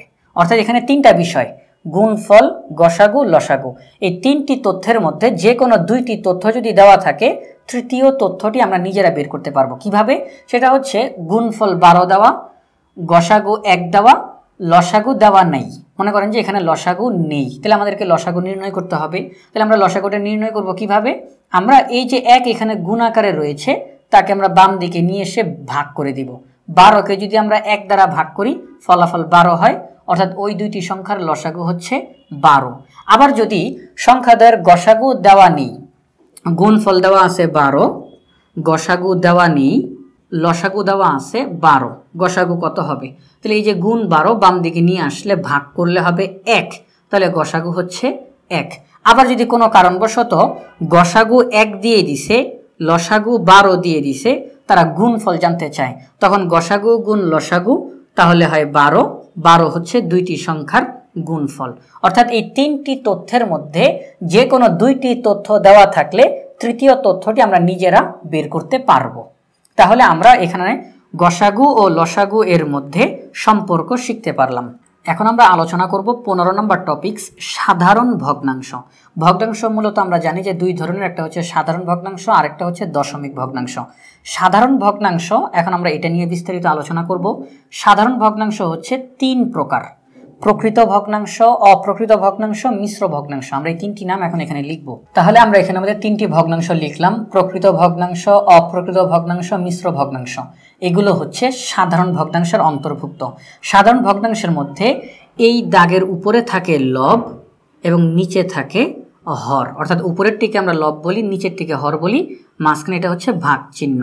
এটি হচ্ছে সাধারণ ভগ্নাংশ। এখন এই ভগ্নাংশ 3 ধরনের: প্রকৃত ভগ্নাংশ, অপ্রকৃত ভগ্নাংশ, মিশ্র ভগ্নাংশ। আমরা একটি প্রকৃত ভগ্নাংশের উদাহরণ দিই। প্রকৃত ভগ্নাংশের একটা উদাহরণ দিলে আমরা লিখতে পারি 4/3। প্রকৃত ভগ্নাংশ কাকে বলে? যে ভগ্নাংশের লব ছোট হর বড়। খুব সহজ, যে ভগ্নাংশের লব ছোট হর বড় সে ভগ্নাংশকে আমরা প্রকৃত ভগ্নাংশ বলে থাকি। আমরা যদি আরেকটা উদাহরণ দিই তাহলে দিতে পারি 8/5, লব ছোট হর বড়। তাহলে এটা হয়ে গেল প্রকৃত ভগ্নাংশ। অপ্রকৃত ভগ্নাংশের উদাহরণ কি দিতে পারি? আগে জানতে হবে অপ্রকৃত ভগ্নাংশ কাকে বলে। প্রকৃত ভগ্নাংশের বিপরীত। সেটা কি? তা হচ্ছে যে ভগ্নাংশের লব বড় হর ছোট। আমি আবারও বলতেছি, যে ভগ্নাংশের লব বড় হর ছোট সেই ভগ্নাংশকে অপ্রকৃত ভগ্নাংশ বলে থাকি। যেমন এখানে যে ভগ্নাংশটা লিখলাম 4/3, এটাকে যদি আমরা লিখি 3/4, 8/5, তাকে আমরা লিখতে পারি 5/8। তাহলে এই যে আমরা দুইটা ভগ্নাংশ লিখলাম, আমরা কি দেখি? আমরা এখানে দেখতে পাই যে লব বড় হর ছোট, লব বড় হর ছোট। যখন কোনো ভগ্নাংশের লব বড় হয়, হর ছোট হয়, সে ভগ্নাংশকে অপ্রকৃত ভগ্নাংশ বলে। তাহলে প্রকৃত ভগ্নাংশ, অপ্রকৃত ভগ্নাংশ শিখলাম। মিশ্র ভগ্নাংশ কাকে বলে? মিশ্র ভগ্নাংশ বলা হয় যে আমরা একটি পূর্ণ সংখ্যা এবং একটি প্রকৃত ভগ্নাংশ একত্রে মিলে মিশ্র ভগ্নাংশ তৈরি হয়। কীরকম? আমরা লিখতে পারি যে 1/3 একটি পূর্ণ সংখ্যা এবং একটি প্রকৃত ভগ্নাংশ মিলে মিশ্র ভগ্নাংশ তৈরি হয়েছে। আবার এখানের মধ্যে আমরা লিখতে পারি অন্য একটি মিশ্র ভগ্নাংশ লিখি, তা হচ্ছে 4/7/2। এখন খেয়াল করার বিষয়, এই যে পূর্ণ সংখ্যা যেটি থাকে তাকে আমরা বলে থাকি সমস্ত। 1/3/1, 4/7/2। অর্থাৎ মিশ্র ভগ্নাংশ হচ্ছে একটি পূর্ণ সংখ্যা এবং একটি প্রকৃত ভগ্নাংশ মিলে মিশ্র ভগ্নাংশ তৈরি হয়। আমরা মিশ্র ভগ্নাংশ শিখলাম। এখন তাহলে আমাদের 15 নম্বর যে টপিকস সাধারণ ভগ্নাংশ, এখন 16 নম্বর টপিকস বলা হয়েছে সমতুল ভগ্নাংশ। সমতুল ভগ্নাংশ কাকে বলে? একটি ভগ্নাংশ দেওয়া থাকবে, আমরা যদি সেই ভগ্নাংশর লব এবং হরকে শূন্য ব্যতীত অন্য যে কোনো সংখ্যা দ্বারা, কিন্তু শর্ত হচ্ছে একই সংখ্যা হইতে হবে। আমি একটা উদাহরণের মাধ্যমে আগে লিখি। সেটা আমরা লিখলাম 5/2 একটি ভগ্নাংশ লিখলাম। এখন আমরা যদি এই ভগ্নাংশের সমতুল ভগ্নাংশ নির্ণয় করতে চাই, তাহলে কিভাবে আমরা নির্ণয় করতে পারবো? আমরা এই ভগ্নাংশটির লব এবং হরকে শূন্য ব্যতীত অন্য কোনো একই সংখ্যা দ্বারা গুণ করব। যেমন আমি যদি এখানের মধ্যে 4 দ্বারা, এখানের মধ্যে 4 দ্বারা গুণ দিই, তাহলে হবে 4 দুগুণে 8, 4 5 20। অর্থাৎ লব এবং হরকে একই সংখ্যা দ্বারা গুণ করলে নতুন যে ভগ্নাংশটি পাওয়া যায় তাকে আগের ভগ্নাংশের সমতুল ভগ্নাংশ বলা হয়। আবার একই রকমভাবে আমরা যদি এখানের মধ্যে লিখি 20/8, লব এবং হরকে একই সংখ্যা দ্বারা, যেমন আমরা যদি এখানে এখন 2 দ্বারা যদি ভাগ করি, লবকেও 2 দ্বারা ভাগ করলাম, হরকেও 2 দ্বারা ভাগ করলাম, তাহলে কত হবে? উপরে হবে 4, নিচে হবে 10। অর্থাৎ একটি ভগ্নাংশের লব এবং হরকে একই সংখ্যা দ্বারা ভাগ করলে যে ভগ্নাংশ পাওয়া যায় তাকে সমতুল ভগ্নাংশ বলে। তাহলে সংজ্ঞাটা কি হবে? সংজ্ঞাটা হচ্ছে একটি ভগ্নাংশের লব এবং হরকে একই সংখ্যা দ্বারা গুণ করলে অথবা একই সংখ্যা দ্বারা ভাগ করলে নতুন যে ভগ্নাংশ পাওয়া যায় তাদেরকে সমতুল ভগ্নাংশ বলে। 5/2 এই ভগ্নাংশের সমতুল ভগ্নাংশ হচ্ছে 20/8। 20/8 এই ভগ্নাংশের একটি সমতুল ভগ্নাংশ হচ্ছে 10/4। তাহলে আমরা কি বুঝলাম? তা হচ্ছে একটি ভগ্নাংশের লব এবং হরকে শূন্য ব্যতীত একই সংখ্যা দ্বারা গুণ করলে অথবা ভাগ করলে নতুন যে ভগ্নাংশ পাওয়া যায় তাই হচ্ছে আগের, অর্থাৎ ওই ভগ্নাংশের সমতুল ভগ্নাংশ। তাহলে আমরা সমতুল ভগ্নাংশ আলোচনা করলাম। এখন আমরা 17 নম্বর আলোচনা করব। 17 নম্বর টপিকস হচ্ছে মিশ্র ভগ্নাংশকে সাধারণ ভগ্নাংশের রূপান্তর। অর্থাৎ একটা মিশ্র ভগ্নাংশ যদি দেওয়া থাকে তাকে আমরা কিভাবে সাধারণ ভগ্নাংশে রূপান্তর করব। সেটা হচ্ছে যেমন 4/7/2 এটি হচ্ছে একটি মিশ্র ভগ্নাংশ।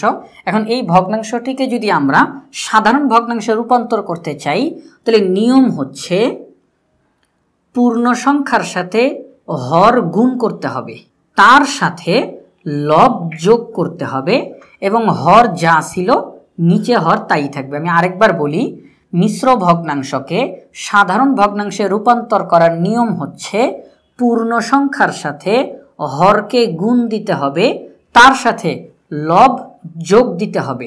যোগ দেওয়ার পরে ফলাফল যা হবে তাকে আমরা লব হিসেবে লিখব এবং আগে থেকে হর যা ছিল এখনো হর তাই থাকবে।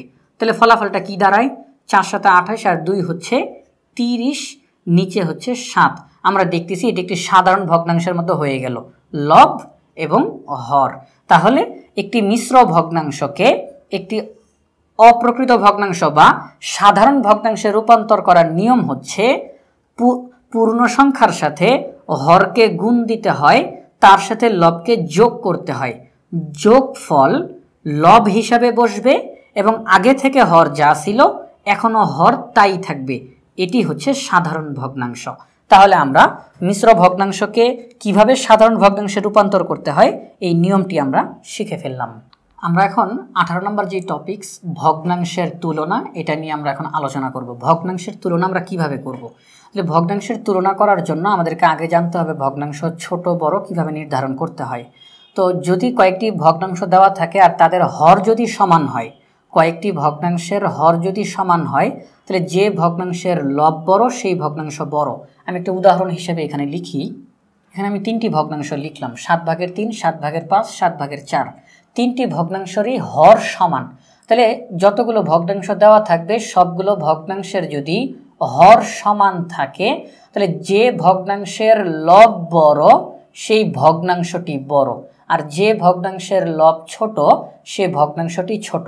আরেকবার বলি, যতগুলো ভগ্নাংশ দেওয়া থাকবে সবগুলো ভগ্নাংশের হর যদি সমান হয়, তাহলে যে ভগ্নাংশের লব বড় সে ভগ্নাংশটি বড় এবং যে ভগ্নাংশের লব ছোট সে ভগ্নাংশটি ছোট। এখন একই রকমভাবে যদি আবার আরেকটি উদাহরণ আমরা দিই, যেমন 8/2, 8/7, 8/5, আমরা আরও 3টি ভগ্নাংশ লিখলাম। এই 3টি ভগ্নাংশের আমরা দেখতেছি হর সমান। তাহলে এখানে আমাদের বড় কোনটা হবে? এই 3টি ভগ্নাংশের মধ্যে বড় ভগ্নাংশ কোনটি হবে? এই 3টি ভগ্নাংশের যেহেতু হর সমান, আমরা তাহলে লবের দিকে তাকাবো। যে ভগ্নাংশের লব বড় সে বড় হবে। এখানে মধ্যে আমরা দেখতেছি এই 3টি লবের মধ্যে এই যে 7, এই ভগ্নাংশের লবটি বড়, তাহলে এই ভগ্নাংশটি বড়। আর এখানে আমাদের সবচেয়ে ছোট লব হচ্ছে 2, তাহলে এই ভগ্নাংশটি সবচেয়ে ছোট ভগ্নাংশ।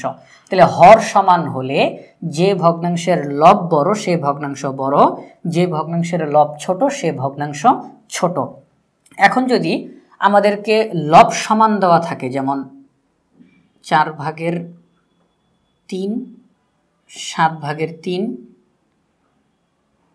8/3, যদি লব সমান থাকে, এখন কিন্তু হর সমান নাই।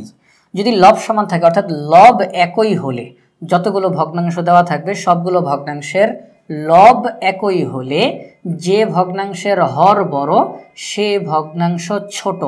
এখন কিন্তু বিপরীত কথাটা হবে। আমরা আগে কি বলেছিলাম? হর সমান হলে যার লব বড় সে বড় আর যার লব ছোট সে ছোট। আর এখন কথাটা হবে উল্টা, যে যদি লব সমান হয় যে ভগ্নাংশের হর বড় সে ভগ্নাংশ ছোট আর যে ভগ্নাংশের হর ছোট সে ভগ্নাংশ বড় হবে। একাধিক ভগ্নাংশের লব সমান হলে যে ভগ্নাংশের হর বড় সে ভগ্নাংশ ছোট এবং যে ভগ্নাংশের হর ছোট সে ভগ্নাংশ বড়। আমরা খেয়াল করে দেখলাম সবগুলোর লব সমান, তাহলে আমরা হরের দিকে তাকাবো। হরগুলোর মধ্যে এই ভগ্নাংশের হর সবচাইতে বড়, সুতরাং এই ভগ্নাংশটি ছোট। আর হরগুলোর মধ্যে এই ভগ্নাংশের হর সবচাইতে ছোট, তাহলে এই ভগ্নাংশটি হবে বড়। আমরা আরও একটি উদাহরণের মাধ্যমে এটা বুঝতে পারবো। তাহলে আমরা আবার কয়েকটি ভগ্নাংশ লিখলাম, তাদের সবগুলোর লব সমান। তাহলে সবগুলোর লব সমান হলে কি হবে? কোন ভগ্নাংশ বড় কোন ভগ্নাংশ ছোট আমরা নির্ণয় করব কিভাবে? আমাদেরকে হরের দিকে তাকাইতে হবে। আমরা দেখতেছি হরগুলোর মধ্যে এই ভগ্নাংশের হর সবচাইতে বড়, তাহলে এই ভগ্নাংশটি হবে সবচাইতে ছোট। সবগুলো ভগ্নাংশের হরগুলোর মধ্যে এই ভগ্নাংশের হর সবচাইতে ছোট, তাহলে এই ভগ্নাংশটি হচ্ছে সবচেয়ে বড়। তাহলে আমরা দেখলাম যে এই সবগুলো ভগ্নাংশের লব সমান। আর যদি লব সমান হয় যে ভগ্নাংশের হর বড় সেই ভগ্নাংশ ছোট হবে, যে ভগ্নাংশের হর ছোট সেই ভগ্নাংশ বড় হবে। এখন মনে প্রশ্ন আসতে পারে, লবের চেয়ে তো হর বড়, তাহলে কেন আমরা বারবার হর ছোট বলতেছি? এটা হচ্ছে সবগুলো ভগ্নাংশের হরগুলোর মধ্যে তুলনা করতেছি। অর্থাৎ হরগুলোর মধ্যে যে ভগ্নাংশের হর বড় থাকবে ওই ভগ্নাংশটি ছোট, হরগুলোর মধ্যে যে ভগ্নাংশের হর ছোট থাকবে সেই ভগ্নাংশটি বড় হবে। তাহলে আমরা ভগ্নাংশের তুলনা এটি আমরা আলোচনা করলাম। তাহলে একটি ভগ্নাংশ যদি একাধিক ভগ্নাংশ দেওয়া থাকে তাদের মধ্যে কোন ভগ্নাংশ ছোট কোন ভগ্নাংশ বড় আমরা এটা তুলনা করে বলতে পারবো। যে আমাদেরকে দুইটা ভগ্নাংশ দেওয়া রয়েছে, আমরা বলতে পারবো যে এই ভগ্নাংশ বড় এই ভগ্নাংশ ছোট, আমরা এইভাবে করে বলতে পারবো এই ভগ্নাংশ বড় এই ভগ্নাংশ ছোট, অর্থাৎ তুলনা করে আমরা বলতে পারবো। যখন আমরা দেখব যে লব সমান এই নিয়মে, আবার যখন দেখব যে হর সমান একটু আগে যে নিয়মটা বলেছি ওই নিয়মে, যে এই ভগ্নাংশ বড় এই ভগ্নাংশ ছোট, আবার এই ভগ্নাংশ বড় এই ভগ্নাংশ ছোট, তুলনা করা যাবে। ভগ্নাংশের মধ্যে তুলনা আমরা এখন করতে পারবো। 19 নম্বর যেই টপিক সেখানে বলা হয়েছে ভগ্নাংশ সমূহকে মানের ঊর্ধ্বক্রম ও অধক্রম অনুসারে সাজানো। ঊর্ধ্বক্রম আর অধক্রম বলতে কি বোঝানো হয়? ঊর্ধ্বক্রম এবং অধক্রম বলতে বোঝানো হয় যে ভগ্নাংশগুলো দেওয়া থাকবে তাদের মানের ঊর্ধ্বক্রম অর্থাৎ বড়র দিকে যাবে। ছোট ভগ্নাংশ থেকে আস্তে আস্তে বড় ভগ্নাংশের দিকে যাওয়া, এটাকে বলা হয় ঊর্ধ্বক্রমে যাওয়া। আর অধক্রম বলতে বোঝানো হয় মানের দিক থেকে বড় থেকে ছোটর দিকে যাওয়া, তাকে বলা হয় অধক্রম। তাহলে আমরা কি শিখলাম?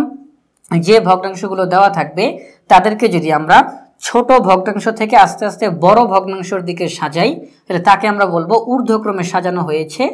আর বড় ভগ্নাংশ থেকে যদি আমরা ছোট ভগ্নাংশের দিকে যাই তাহলে তাকে আমরা বলবো অধক্রম ভগ্নাংশে সাজানো হয়েছে। তাহলে আমরা এখানে তিনটি ভগ্নাংশ লিখলাম, 8/1, 16/3, 24/7। আমাদেরকে যদি বলা হয় যে মানের ঊর্ধ্বক্রম অনুসারে সাজাও, এই তিনটি ভগ্নাংশকে মানের ঊর্ধ্বক্রম অনুসারে সাজাও, তাহলে আমাদেরকে কি করতে হবে? এখানে আমাদের কিন্তু আমরা দেখতেছি যে লব সমান নেই হর সমান নেই, তাহলে আমাদেরকে কি করতে হবে? আমাদেরকে যে কোনো একটা পদ্ধতি নিতে হবে। হয় আমাদেরকে সবগুলোর হর সমান বানাইতে হবে অথবা সবগুলোর লব সমান বানাইতে হবে। আমরা এখন এই ভগ্নাংশগুলোর হরগুলোকে সমান বানানোর চেষ্টা করব, তাহলে অঙ্কটা একটু তাড়াতাড়ি করতে পারবো। তাহলে হরগুলো 8, 16, 24-এর লসাগু কত? 8, 16, 24-এর লসাগু হচ্ছে 48, কারণ 48-এর মধ্যে 8 যায়, 16 যায়, 24 যায়। 48-এর ছোট কোনো সংখ্যার মধ্যে এই তিনটি সংখ্যা যায় না, তাহলে লসাগু কত? 48। আমি এই অঙ্কটি একটু সংক্ষেপে একটু করে দিই, বিস্তারিত কথা এখানে লিখবো না, এখানে আমরা বোঝার চেষ্টা করব। 8/1 সমান চিহ্ন দিয়ে এভাবে দিব। এখন যেই বিষয়টা সেটা হচ্ছে আমরা সমহর বানাবো, অর্থাৎ সবগুলো ভগ্নাংশের হরগুলোকে সমান বানিয়ে ফেলার চেষ্টা করব। তাহলে এখানে হর আছে 8, কিন্তু হর বানাইতে হবে 48, কারণ লসাগু যেহেতু 48 তাহলে সবগুলোর হর 48 আমরা বানানোর চেষ্টা করব। তাহলে 48কে যদি আমরা 8 দ্বারা ভাগ করি তাহলে কত হয়? 6 হয়। অর্থাৎ আমরা যদি 8কে 6 দ্বারা গুণ দিই তাহলে 48 হয়, 6 × 8 = 48। তাহলে যত হবে আমরা তত দ্বারা লবকেও গুণ করব হরকেও গুণ করব। তাহলে 6 × 8 = 48, 6 × 6। আমরা দ্বিতীয় ভগ্নাংশটাকে লিখি, তাহলে আমরা উপরে লিখব 3, নিচে লিখব 16।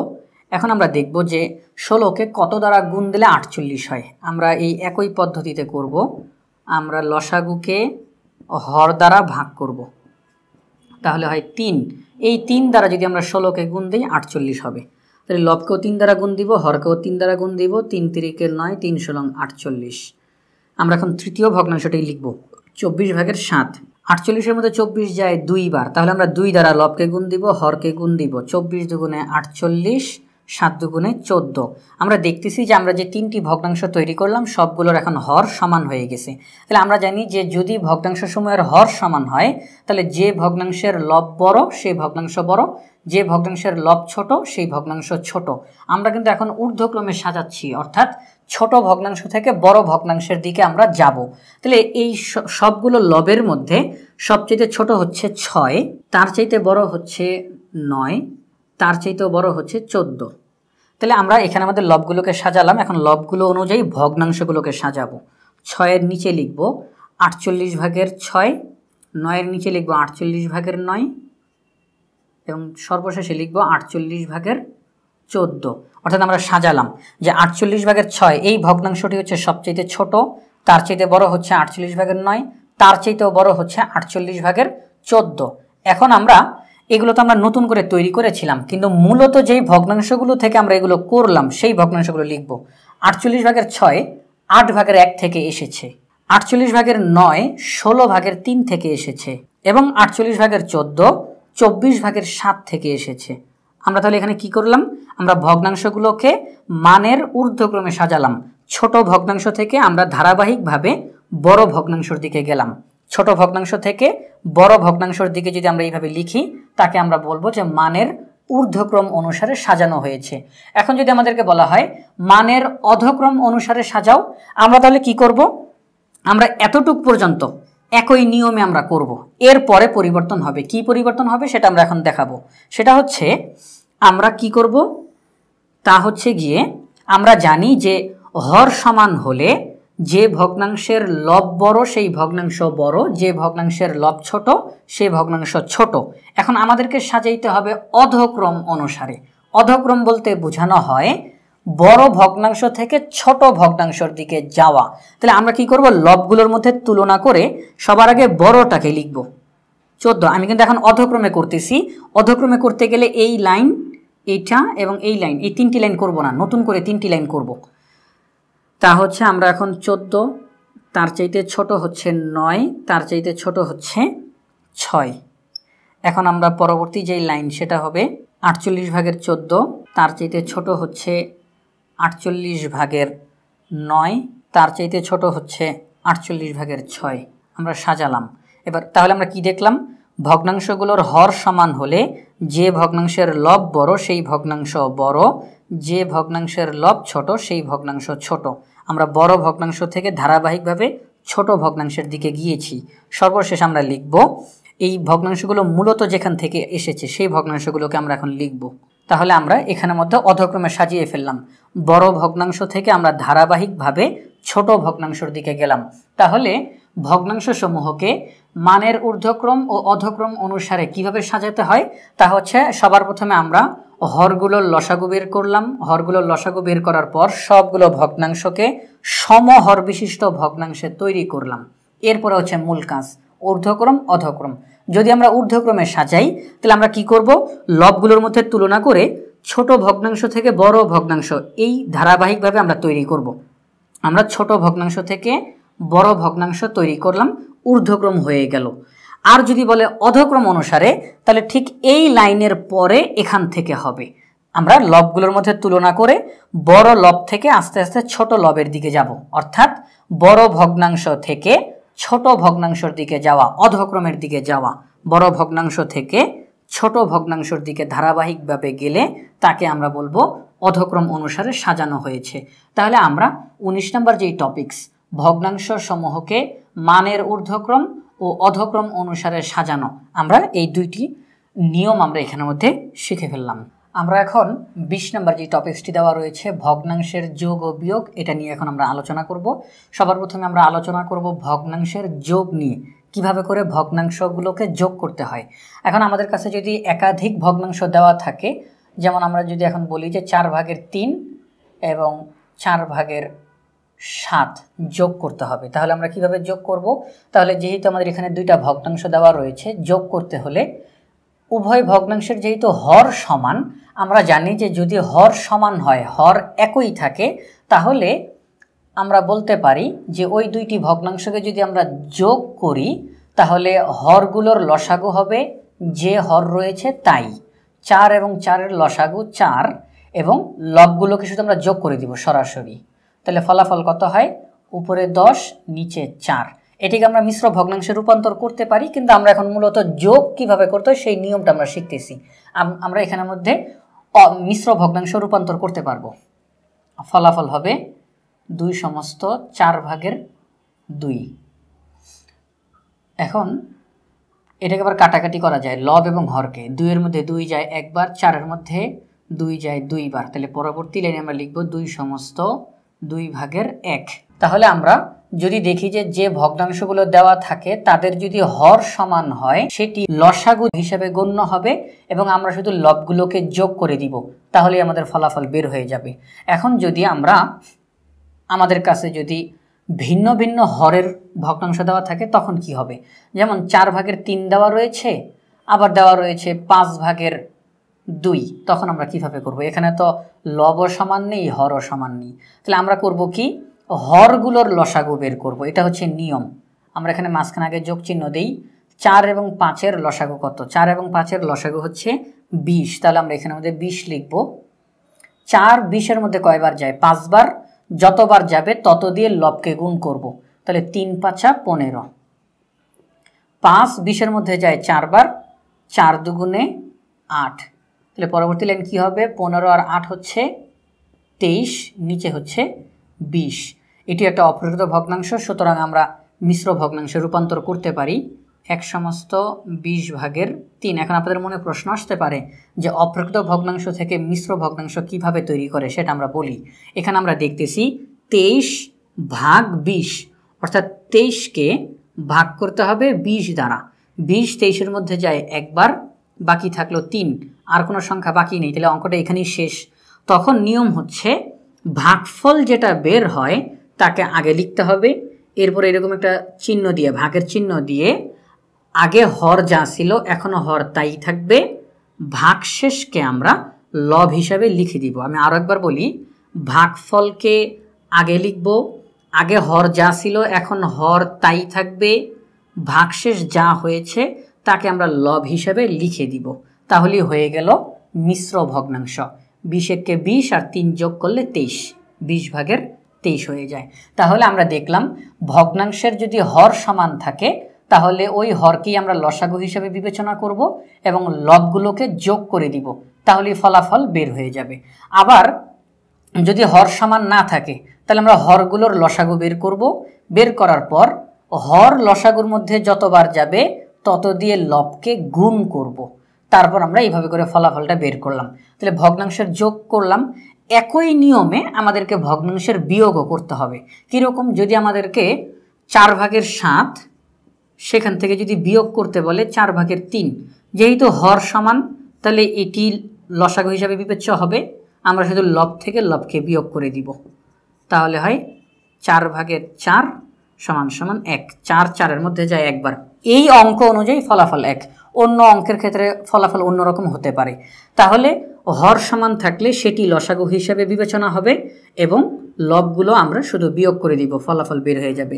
কিন্তু যদি হর সমান না থাকে, যেমন 4/7 বিয়োগ 3/2, তখন আমরা কিভাবে করব? এখানে তো লব সমান নেই, হর সমান নেই, আমরা এখানে হরগুলোর লসাগু বের করব।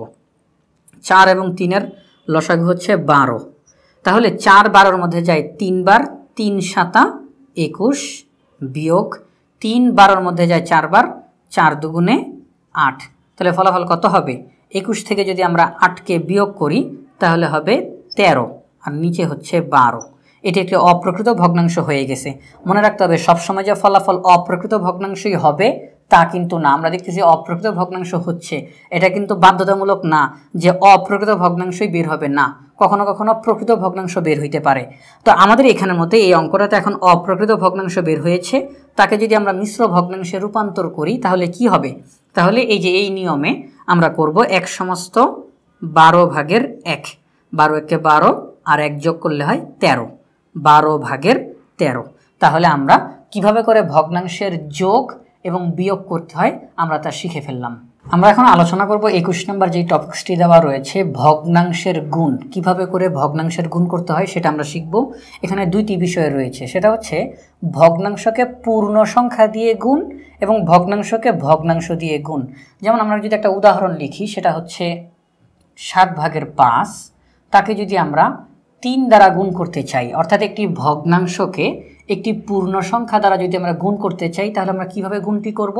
সেটি হচ্ছে ওই ভগ্নাংশের লবের সাথে পূর্ণ সংখ্যাকে গুণ করে দিব, অর্থাৎ 5 গুণ 3 নিচে হবে 7। পরবর্তী লাইন 3 5 15 নিচে হবে 7। অর্থাৎ একটি ভগ্নাংশকে একটি পূর্ণ সংখ্যা দ্বারা যদি আমরা গুণ করি তাহলে গুণটা করব এইভাবে যে লবকে পূর্ণ সংখ্যার সাথে গুণ করব, হর যা ছিল তাই থাকবে।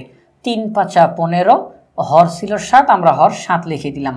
তাহলে ভগ্নাংশকে পূর্ণ সংখ্যা দ্বারা গুণ করার কারণে ফলাফল বের হবে 7/15। এটি একটি অপ্রকৃত ভগ্নাংশ, কারণ লব বড় হর ছোট। আমরা এখানের মধ্যে এটিকে মিশ্র ভগ্নাংশে রূপান্তর করতে পারি, যেমন 7 দুগুণে 14 আর বাকি থাকে 1, তাহলে হয়ে যাবে 15। আমরা ফলাফল বের করলাম, অর্থাৎ একটি ভগ্নাংশকে একটি পূর্ণ সংখ্যা দ্বারা গুণ করার কারণে ফলাফল বের হবে 2/7 কিন্তু কিভাবে করলাম সেটি হচ্ছে লবের সাথে পূর্ণ সংখ্যাকে গুণ করলাম। এখন তাহলে আমরা ভগ্নাংশকে পূর্ণ সংখ্যা দিয়ে কিভাবে গুণ করতে হয় সেটা শিখলাম। এখন আমরা শিখব ভগ্নাংশকে ভগ্নাংশ দিয়ে কিভাবে গুণ করতে হয়।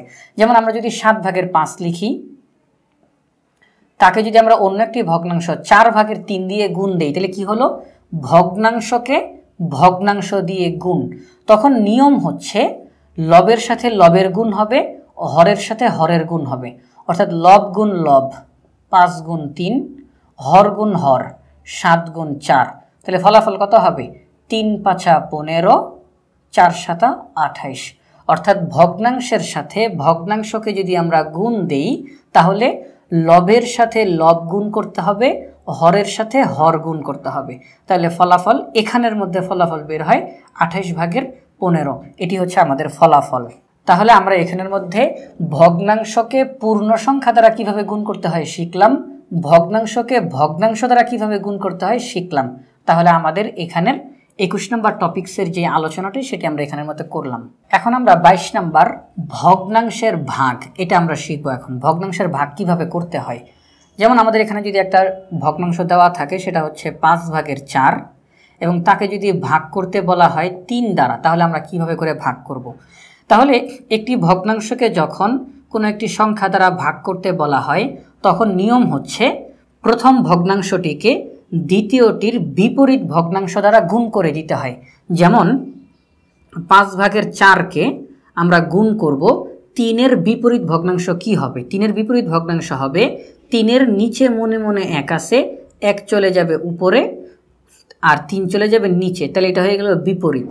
তাহলে একটি ভগ্নাংশকে যদি একটি সংখ্যা দ্বারা ভাগ করতে হয় তাহলে আমরা কিভাবে করব? দ্বিতীয় যে সংখ্যাটি দেওয়া থাকবে তার বিপরীত ভগ্নাংশ দ্বারা গুণ করে দিব। তারপরে আমরা স্বাভাবিকভাবে যেভাবে করে গুণ করে থাকি সেই গুণের নিয়মে গুণ করে দিলেই ফলাফল বের হয়ে যাবে। 4 1 4, 3 5 15, ফলাফল বের হয়ে গেল। এখন যদি আমাদেরকে একটি ভগ্নাংশকে ভগ্নাংশ দ্বারা ভাগ করতে বলে, যেমন 7/2 দ্বারা যদি ভাগ করতে বলে তাহলে কিভাবে করব? সেটা হচ্ছে প্রথম ভগ্নাংশকে দ্বিতীয় ভগ্নাংশের বিপরীত ভগ্নাংশ দ্বারা আমরা গুণ করব। দ্বিতীয় ভগ্নাংশ হচ্ছে 7/2, তাহলে 7/2 এর বিপরীত ভগ্নাংশ কি হবে? এটার বিপরীত হবে, অর্থাৎ 2 চলে যাবে নিচে, 7 চলে যাবে উপরে। তাহলে 7/2 এই ভগ্নাংশের বিপরীত ভগ্নাংশ হচ্ছে 2/7। তখন আমরা গুণ করে দিলেই ফলাফল বের হয়ে যাবে। কিভাবে? 4 7 28 এবং 5 2 10, ফলাফল 10/28। এটিকে আমরা আরও ছোট করতে পারি, কাটাকাটি করতে পারি, আবার মিশ্র ভগ্নাংশ নিতে পারি। যদি মিশ্র ভগ্নাংশে নেই তাহলে কি হবে? তাহলে হবে 10 2 20, উপরে হবে 8। এখন যদি কাটাকাটি করে 8-এর মধ্যে 2 যায় 4 বার, 10-এর মধ্যে 2 যায় 5 বার, তাহলে সর্বশেষ ফলাফল 2/5/4। তাহলে আমরা কি শিখলাম? একটি ভগ্নাংশকে একটি পূর্ণ সংখ্যা দ্বারা যদি ভাগ করতে হয় আমরা পূর্ণ সংখ্যার বিপরীত ভগ্নাংশ দ্বারা গুণ করে দিলেই ফলাফল পেয়ে যাব। এখানে যদি 2টি ভগ্নাংশ থাকে এবং ভাগ করতে বলা হয় তাহলে প্রথম ভগ্নাংশ যা আছে তাই থাকবে, দ্বিতীয় যেই ভগ্নাংশ তার বিপরীত ভগ্নাংশ দ্বারা গুণ করে দিব। প্রথম ভগ্নাংশকে দ্বিতীয় ভগ্নাংশের বিপরীত ভগ্নাংশ দ্বারা গুণ করে দিব, তাহলেই ফলাফল বের হয়ে যাবে এবং এটা ফলাফল ভাগের অনুসারেই বের হবে। যদিও দেখা যাচ্ছে এখানে গুণ, কিন্তু ফলাফল ভাগ করলে যেই ফলাফল হয় সেই ফলাফলটাই এখানের মধ্যে বের হবে। কারণ খেয়াল করলে দেখবেন ভাগের পরে যেই ভগ্নাংশটা ছিল আমরা কিন্তু সেটা দ্বারা গুণ করি নাই, তার বিপরীত ভগ্নাংশ দ্বারা গুণ করেছি, যার কারণে ফলাফল ভাগ করলে যা হওয়ার কথা বিপরীত ভগ্নাংশ দ্বারা গুণ করার কারণে একই ফলাফল বের হবে। তাহলে আমরা 22 নম্বরে যে টপিক্সটি রয়েছে ভগ্নাংশের ভাগ কিভাবে করতে হয় আমরা শিখলাম। আমরা এখন 23 নম্বর যে টপিক্সটি রয়েছে ভগ্নাংশের গসাগু, আমরা এখন ভগ্নাংশের গসাগু নিয়ে শিখব। এখন ভগ্নাংশের গসাগু কিভাবে করতে হয়, যদি একাধিক ভগ্নাংশ দেওয়া থাকে তখন তাদের গসাগু কিভাবে আমরা বের করব, গরিষ্ঠ সাধারণ গুণনীয়ক কিভাবে বের করব, তার একটি সূত্র হচ্ছে ভগ্নাংশ সমূহের গসাগু সমান ভগ্নাংশ সমূহের লবগুলোর গসাগু ভগ্নাংশ সমূহের হরগুলোর লসাগু। অর্থাৎ আমরা যদি যে ভগ্নাংশগুলো দেওয়া থাকবে ওই ভগ্নাংশগুলোর লবগুলোর গসাগু বের করি এবং হরগুলোর লসাগু বের করি, তাহলে আমরা উপরে গসাগু নিচে লসাগু লিখে দিলেই ওই ভগ্নাংশগুলোর গসাগু বের হয়ে যাবে। এখন এখানে কিন্তু খেয়াল করার বিষয়, আমরা কিন্তু বলতেছি লবগুলোর গসাগু উপরে বসবে, হরগুলোর লসাগু নিচে বসবে। অর্থাৎ এই একটা অঙ্কের মধ্যে দুইটা কাজই আমাদেরকে করতে হবে, গসাগুও করতে হবে, লসাগু করতে হবে। এখন যেহেতু এখানে গসাগু করতে বলা হয়েছে, এজন্য আমরা উপরে গসাগু করব, নিচে লসাগু করব। উপরে কি বসে? উপরে বসে লব, তাহলে আমরা লবগুলোর গসাগু করব। এখন আমরা এখানে তিনটি ভগ্নাংশ লিখে নিলাম। এই তিনটি ভগ্নাংশের লব কি? 4, 8, 2। আমরা এই 4, 8, 2 এর গসাগু নির্ণয় করি। আমরা এখানে পাশে লিখে দিই, 2 4 এর মধ্যে যায় 2 বার, 8 এর মধ্যে যায় 4 বার, 2 এর মধ্যে যায় 1 বার। আর কোনো মৌলিক সংখ্যা নাই যেটা কিনা এই তিনটার মধ্যে যাবে। গসাগুর নিয়ম হচ্ছে যতগুলো থাকবে সবগুলোর মধ্যেই যাইতে হবে। তাই এমন কোনো মৌলিক সংখ্যা নাই যেটা কিনা তিনটার মধ্যে যায়, তাহলে গসাগু হচ্ছে 2। তাহলে আমরা কি বলতে পারি? এই তিনটি ভগ্নাংশের লবগুলোর গসাগু হচ্ছে 2। এখন আমরা হরগুলোর লসাগু বের করব। হর কত? 5, 15, 3। আমরা এখানে মধ্যে লিখি। এখন আমরা এই তিনটি সংখ্যার লসাগু নির্ণয় করব। এখন লসাগু নির্ণয় করার নিয়ম হচ্ছে যতগুলো সংখ্যা থাকবে কমপক্ষে দুইটার মধ্যে যদি কোনো মৌলিক সংখ্যা যায় তাকে আমরা নিয়ে নিব। তাহলে এখানের মধ্যে আমরা 5 দ্বারা করি। 5 5-এর মধ্যে যায় 1 বার, 15-এর মধ্যে যায় 3 বার, 3-এর মধ্যে যায় না। এখন আবার 3 3-এর মধ্যে যায় 1 বার, 3-এর মধ্যে যায় 1 বার, অর্থাৎ কমপক্ষে দুইটির মধ্যে গেলেই আমরা তাকে নিয়ে নিব। তাহলে এখানে লসাগু কত হবে? 3 5 15, 15 1 15, 15 1 15। তাহলে আমরা এখানে দেখলাম লসাগু হচ্ছে, হরগুলোর লসাগু হচ্ছে 15। তাহলে আমরা খুব সহজেই বের করে ফেললাম যে ভগ্নাংশগুলো দেওয়া থাকবে তাদের গসাগু হচ্ছে 15/2। আমাদের এখানে যে ভগ্নাংশগুলো দেওয়া তাদের গসাগু হচ্ছে 15/2। কিভাবে বের করলাম? লবগুলোর গসাগু বের করলাম, হরগুলোর লসাগু বের করলাম। তাহলে উপরে গসাগু নিচে লসাগু সম্পূর্ণটা হচ্ছে এই তিনটি ভগ্নাংশের গসাগু। তাহলে আমরা এখন আমাদের এখানের মধ্যে ইতিমধ্যে ভগ্নাংশের গসাগু আমরা শিখলাম। 24 নম্বর টপিকস হচ্ছে ভগ্নাংশের লসাগু। ভগ্নাংশের লসাগু কিভাবে করতে হয় সেটা আমরা এখন শিখব। ভগ্নাংশ সমূহের লসাগুর এই সূত্রটা হচ্ছে ভগ্নাংশ সমূহের লবগুলোর লসাগু ভগ্নাংশ সমূহের হরগুলোর গসাগু। এখন লক্ষণীয় বিষয়, এখানে উপরে একটা সূত্র লেখা, নিচে একটা সূত্র লেখা, দুইটা সূত্রের মধ্যে অনেক মিল আছে। সেটা কি? যদি আমাদেরকে ভগ্নাংশ সমূহের গসাগু নির্ণয় করতে বলে তাহলে উপরে গসাগু হবে, নিচে লসাগু হবে। কথাটা একটু ভালো করে খেয়াল করতে হবে। সেটা হচ্ছে গসাগু আর লসাগু নির্ণয় করার ক্ষেত্রে যদি আমাদেরকে ভগ্নাংশ সমূহের গসাগু নির্ণয় করতে বলে তাহলে আমরা উপরে গসাগু করব, নিচে লসাগু করব। আর যদি আমাদেরকে ভগ্নাংশ সমূহের লসাগু বের করতে বলে তাহলে আমরা উপরে লসাগু করব, নিচে গসাগু করব। এক কথায় তাহলে উত্তরটা কি হবে? যেটা বের করতে বলবে সেটা হবে উপরে, যেটা বের করতে বলবে সেটা হবে উপরে, বিপরীতটা আমরা নিচে করব। এখন আমরা এখানে তিনটি ভগ্নাংশ লিখলাম, তাদের লসাগু বের করব। কিভাবে করব? তাহলে আমাদেরকে লবগুলোর লসাগু করতে হবে। 1 3 9 আমরা এখানে আমাদের লিখি। 1 3 9 এর লসাগু কত হবে? 3 3-এর মধ্যে যায় 1 বার, 9-এর মধ্যে যায় 3 বার। তাহলে আমরা এখন লসাগু বলতে পারি 3 1 3, 3 1 3, 3 3 9। তাহলে লসাগু হচ্ছে 9। তাহলে এখন আমাদেরকে ভগ্নাংশ সমূহের হরগুলোর গসাগু করতে হবে। হর কি? 4 16 20। এই হরগুলোর গসাগু নির্ণয় করতে হবে। আমরা এখন 4 16 এবং 20 এই তিনটি সংখ্যার গসাগু নির্ণয় করব। 2 সবগুলোর মধ্যে যায়, 2 2 4, 8 2 16, 10 2 20। আবারও 2 সবগুলোতে যায়, 2 1 2, 4 2 8, 5 2 10। আর কোনো মৌলিক সংখ্যা নাই যেটা কিনা এই তিনটার মধ্যে যাবে। তাহলে গসাগু কি হবে? 2 2 4। তাহলে আমরা নিচে 4 লিখতে পারি, অর্থাৎ 4/9। এটি হচ্ছে এই তিনটি ভগ্নাংশের লসাগু। এখন এটি অপ্রকৃত ভগ্নাংশ, আমরা এটিকে মিশ্র ভগ্নাংশে রূপান্তর করতে পারবো। সেটা কি? 4 2 8 আর উপরে লিখব 1। তাহলে আমরা মিশ্র ভগ্নাংশে রূপান্তর করে ফেললাম। এই তিনটি ভগ্নাংশের লসাগু হচ্ছে 2 সমস্ত 4/1। তাহলে আমি শেষবারের মতো এখানে বলে দেই যে যদি আমাদেরকে ভগ্নাংশ সমূহের গসাগু বের করতে বলে আমরা উপরে গসাগু করব, নিচে লসাগু করব। আর যদি লসাগু বের করতে বলে উপরে লসাগু করব, নিচে গসাগু করব। আমরা এখন ভগ্নাংশের লসাগু শেষ করলাম। এখন 25 নম্বর যে টপিকস ভগ্নাংশের সরলীকরণ আমরা শিখব, যে সরলীকরণ কিভাবে করে, অর্থাৎ ভগ্নাংশ অনেকগুলো ভগ্নাংশ দেওয়া থাকবে চিহ্ন সহকারে, আমাদেরকে সরল করতে হবে। তো এই সরল আমরা একটা সংক্ষিপ্ত পদ্ধতির মাধ্যমে করতে পারি, সেটি মনে রাখার সুবিধার্থে। সেটা হচ্ছে বদমাস। এটা কিন্তু আসলে বলতে গেলে অনেক মজা হয়ে যায় যে বদমাস, কাউকে আমি বলতেছি এই বদমাস বদমাস না, কিন্তু এটা হচ্ছে সরল করার ক্ষেত্রে একবারে প্রতিটি যে নিয়ম, সেই নিয়মগুলোর সংক্ষিপ্ত রূপ হচ্ছে বদমাস। কোনো কোনো বইয়ে আবার এটা দেওয়া আছে বেডমাস নামে। বদমাস বেডমাস একই জিনিস, শুধুমাত্র এখানে আছে ও, এখানে আছে ই। এখানে ই দ্বারা বোঝানো হয় এক্সপোনেন্ট। তাহলে বদমাস দ্বারা কি বোঝায়? বি দ্বারা বোঝায় ব্র্যাকেট। ব্র্যাকেট হচ্ছে তিনটি bracket, first bracket, second bracket, third bracket. অর্থাৎ সবার প্রথমে ব্র্যাকেটের কাজ করতে হয়। সরল অঙ্ক করার ক্ষেত্রে সবার প্রথমে ব্র্যাকেটের কাজ করতে হবে। এরপর হচ্ছে ও, ও দ্বারা বোঝানো হয় অফ, অর্থাৎ এর। ব্র্যাকেটের কাজ করার পর করতে হবে এর কাজ, সবার প্রথমে এর কাজ করব। এরপর আমাদেরকে করতে হবে ডি এর কাজ। ডি বলতে কি বোঝায়? ডিভিশন, অর্থাৎ ভাগ, ভাগের কাজ করব। তারপর মাল্টিপ্লিকেশন, গুণের কাজ করব। এরপর অ্যাডিশন এবং সাবট্রাকশন। এখন আগে যোগ করতে হবে এরপর বিয়োগ করতে হবে না, এখানে কোনো ধরাবাঁধা নিয়ম নেই।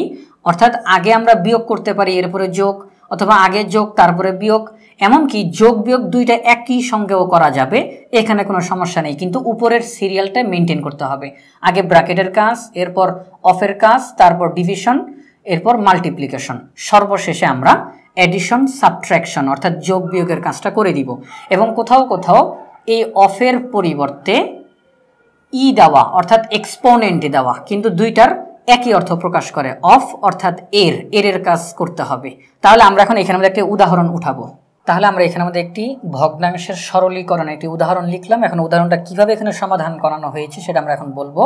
এই নিয়ম অনুযায়ী করানো হয়েছে। সবার আগে ব্র্যাকেটের কাজ করার কথা, কিন্তু এখানে কোনো ব্র্যাকেট নেই, সুতরাং ব্র্যাকেট বাদ।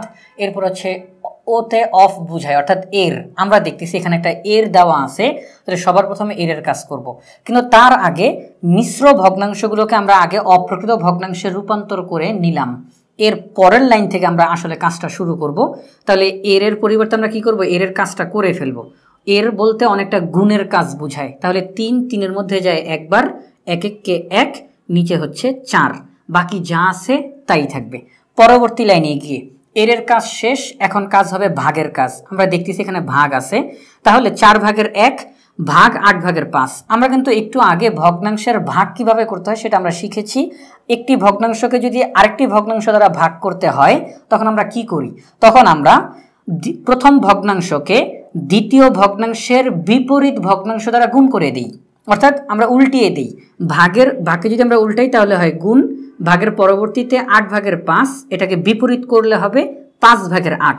অর্থাৎ প্রথম ভগ্নাংশকে দ্বিতীয় ভগ্নাংশের বিপরীত ভগ্নাংশ দ্বারা গুণ করি। তাহলে আমরা গুণ করলাম, এখানে গুণ চিহ্ন দিই, বাকি যা আছে হুবহু তাই থাকবে। পরবর্তী লাইনে গিয়ে আগে গুণের কাজ আমরা করব।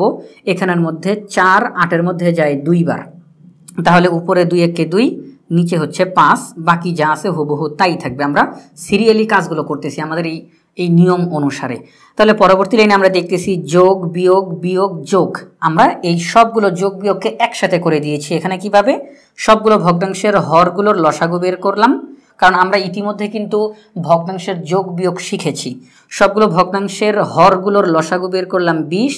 এখন আমরা দেখব যে হরগুলো লসাগুর মধ্যে কতবার যায় তত দ্বারা লবগুলোকে গুণ করব। তাহলে ফলাফল এই যে উপরে যেটা হয় এটা আমরা লিখলাম।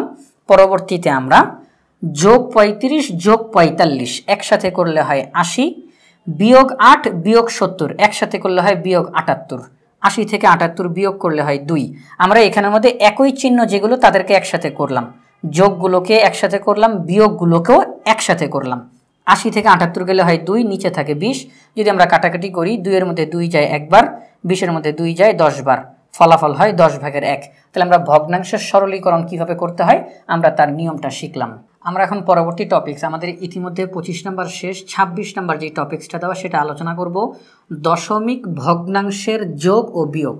অর্থাৎ দশমিক ভগ্নাংশ দেওয়া থাকলে তাদের আমরা যোগ কিভাবে করব, বিয়োগ আমরা কিভাবে করব।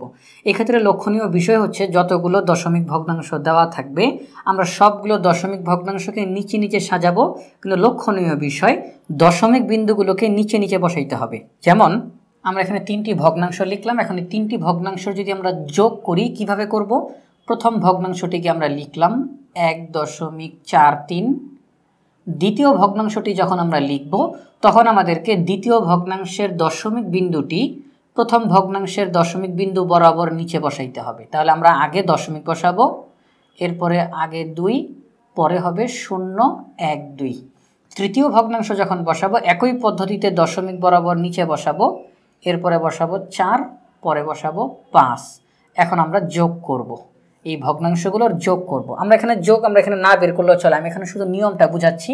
সেটা হচ্ছে ভগ্নাংশের দশমিক ভগ্নাংশের কিভাবে করে যোগ করতে হয়। নিয়ম হচ্ছে যতগুলো দশমিক ভগ্নাংশ দেওয়া থাকবে সবগুলো দশমিক ভগ্নাংশের দশমিক বিন্দুগুলোকে নিচে নিচে সাজাইতে হবে।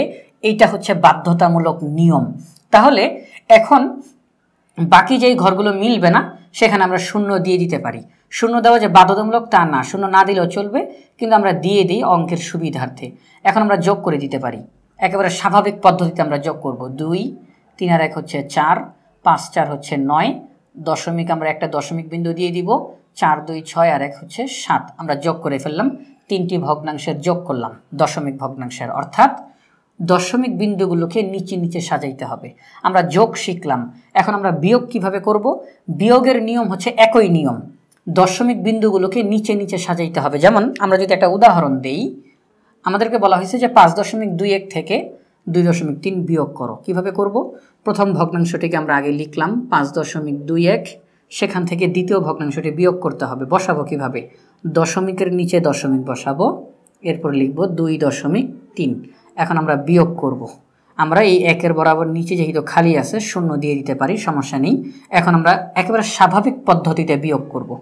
1, 12 থেকে 3 গেলে আর থাকে হচ্ছে গিয়ে 9, দশমিক হাতে থাকে 1, 2 আর 1 3, 5 থেকে 3 গেলে আর থাকে 2। আমরা বিয়োগফল বের করে ফেললাম। তাহলে দশমিক ভগ্নাংশের যোগ ও বিয়োগ কিভাবে করতে হয়, শুধু বাধ্যতামূলক নিয়ম হচ্ছে দশমিক বিন্দুগুলো নিচে নিচে বসাইতে হবে। তাহলে আমরা 26 নম্বর টপিক সমাধান করলাম। এখন আমরা 27 নম্বর টপিক্সের সমাধান করব। 27 নম্বর টপিক্সে বলা হয়েছে দশমিক ভগ্নাংশের গুণ, অর্থাৎ দশমিক ভগ্নাংশকে কিভাবে গুণ করতে হয় আমরা সেটা এখন আলোচনা করব। একটা উদাহরণ সবার প্রথমে আমরা লিখে নিলাম। আমরা দশমিক ভগ্নাংশের গুণ দুইভাবে করতে পারি, একটা হচ্ছে সাধারণ যেভাবে করে আমরা গুণ করে থাকি এই পদ্ধতিতে, আবার হচ্ছে দশমিক ভগ্নাংশকে সাধারণ ভগ্নাংশে রূপান্তর করে আমরা গুণ করতে পারি। আমরা এই দুইটা পদ্ধতি, আমরা এখানে দুইটা উদাহরণ তুলে নিলাম, এখন আমরা করব। 0.0657 গুণ 0.75, দুইটি দশমিক ভগ্নাংশ গুণ করতে হবে। তো এখন আমরা কি করব, আমরা করব কি দশমিকগুলোকে উঠানোর চেষ্টা করব। তাহলে যদি দশমিক উঠাই দেই তাহলে থাকে 0.657, তাহলে সর্ববামে যেহেতু 0 থাকে আমরা এই 0কে উঠিয়ে দিলাম, আমরা শুধু 657 লিখলাম, আর এখানে 75 লিখলাম। এখন আমরা গুণ করি, যদি গুণ করি তাহলে গুণফল বের হয় 49,275।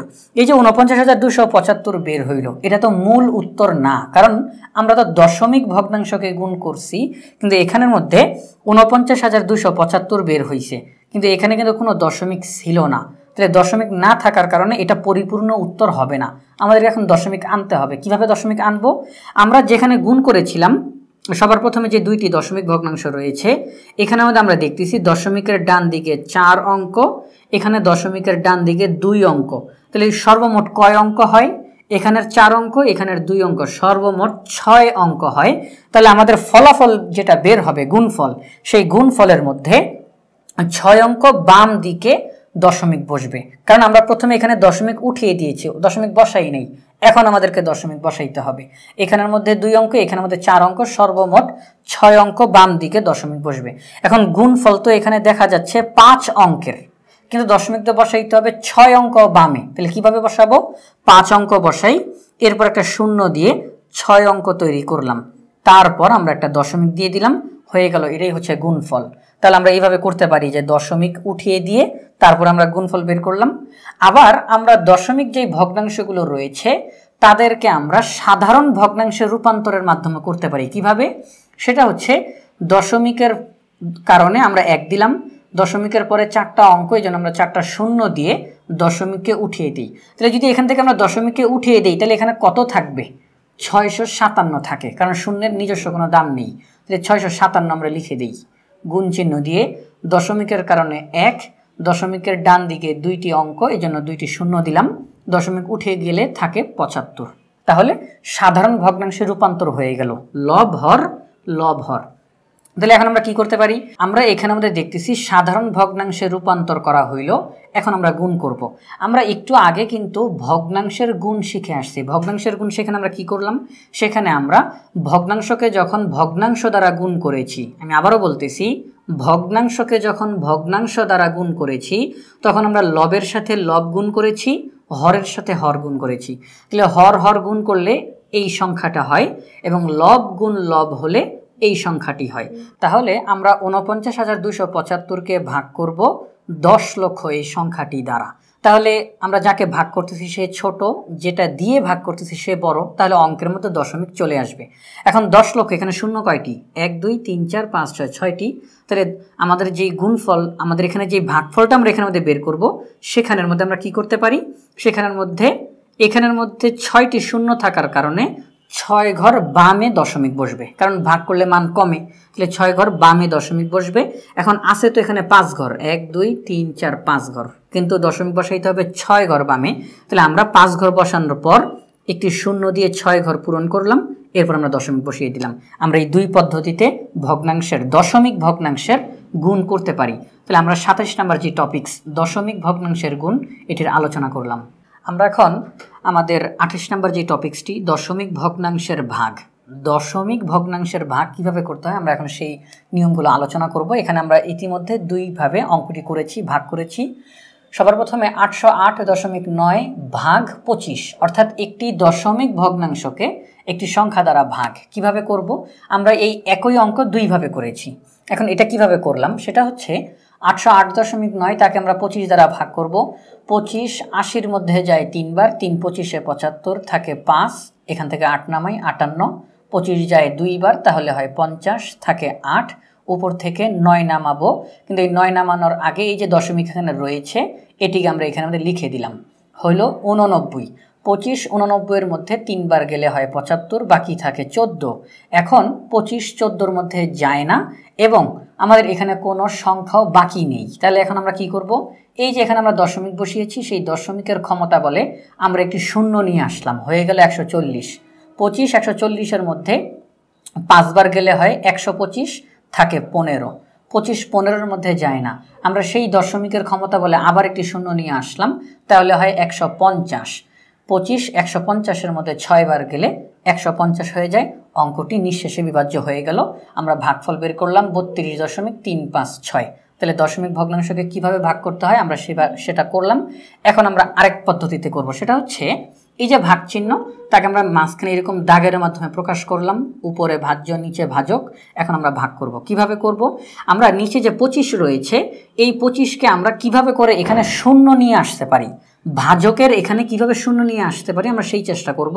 25কে যদি 4 দ্বারা গুণ দিই তাহলে হবে 100, অর্থাৎ শূন্য আসবে। তাহলে আমরা বাহির থেকে শুধু একটা আনলে চলবে না, উভয় পক্ষে আনতে হবে। আমরা তাহলে উপরেও 4 দ্বারা গুণ করব, নিচেও 4 দ্বারা গুণ করব, তাহলে নিচে হয় 100, উপরে হয় 3235.6। এখন কোন একটি সংখ্যাকে যদি আমরা ভাগ করি তাহলে কি তার মান বাড়ে? না, তার মান কমে। তাহলে ইতিমধ্যে এখানে দশমিক রয়েছে, আমি যদি এখন 100 দ্বারা ভাগ করি তাহলে তো মান আরও কমবে, অর্থাৎ দশমিক আরও বাম দিকে যাবে, কারণ আমরা জানি দশমিক বাম দিকে গেলে মান কমে, দশমিক ডান দিকে গেলে মান বাড়ে। তাহলে 100 দ্বারা যদি আমরা এখানে ভাগ করি তাহলে দশমিক বাম দিকে যাবে, কয় ঘর বাম দিকে যাবে?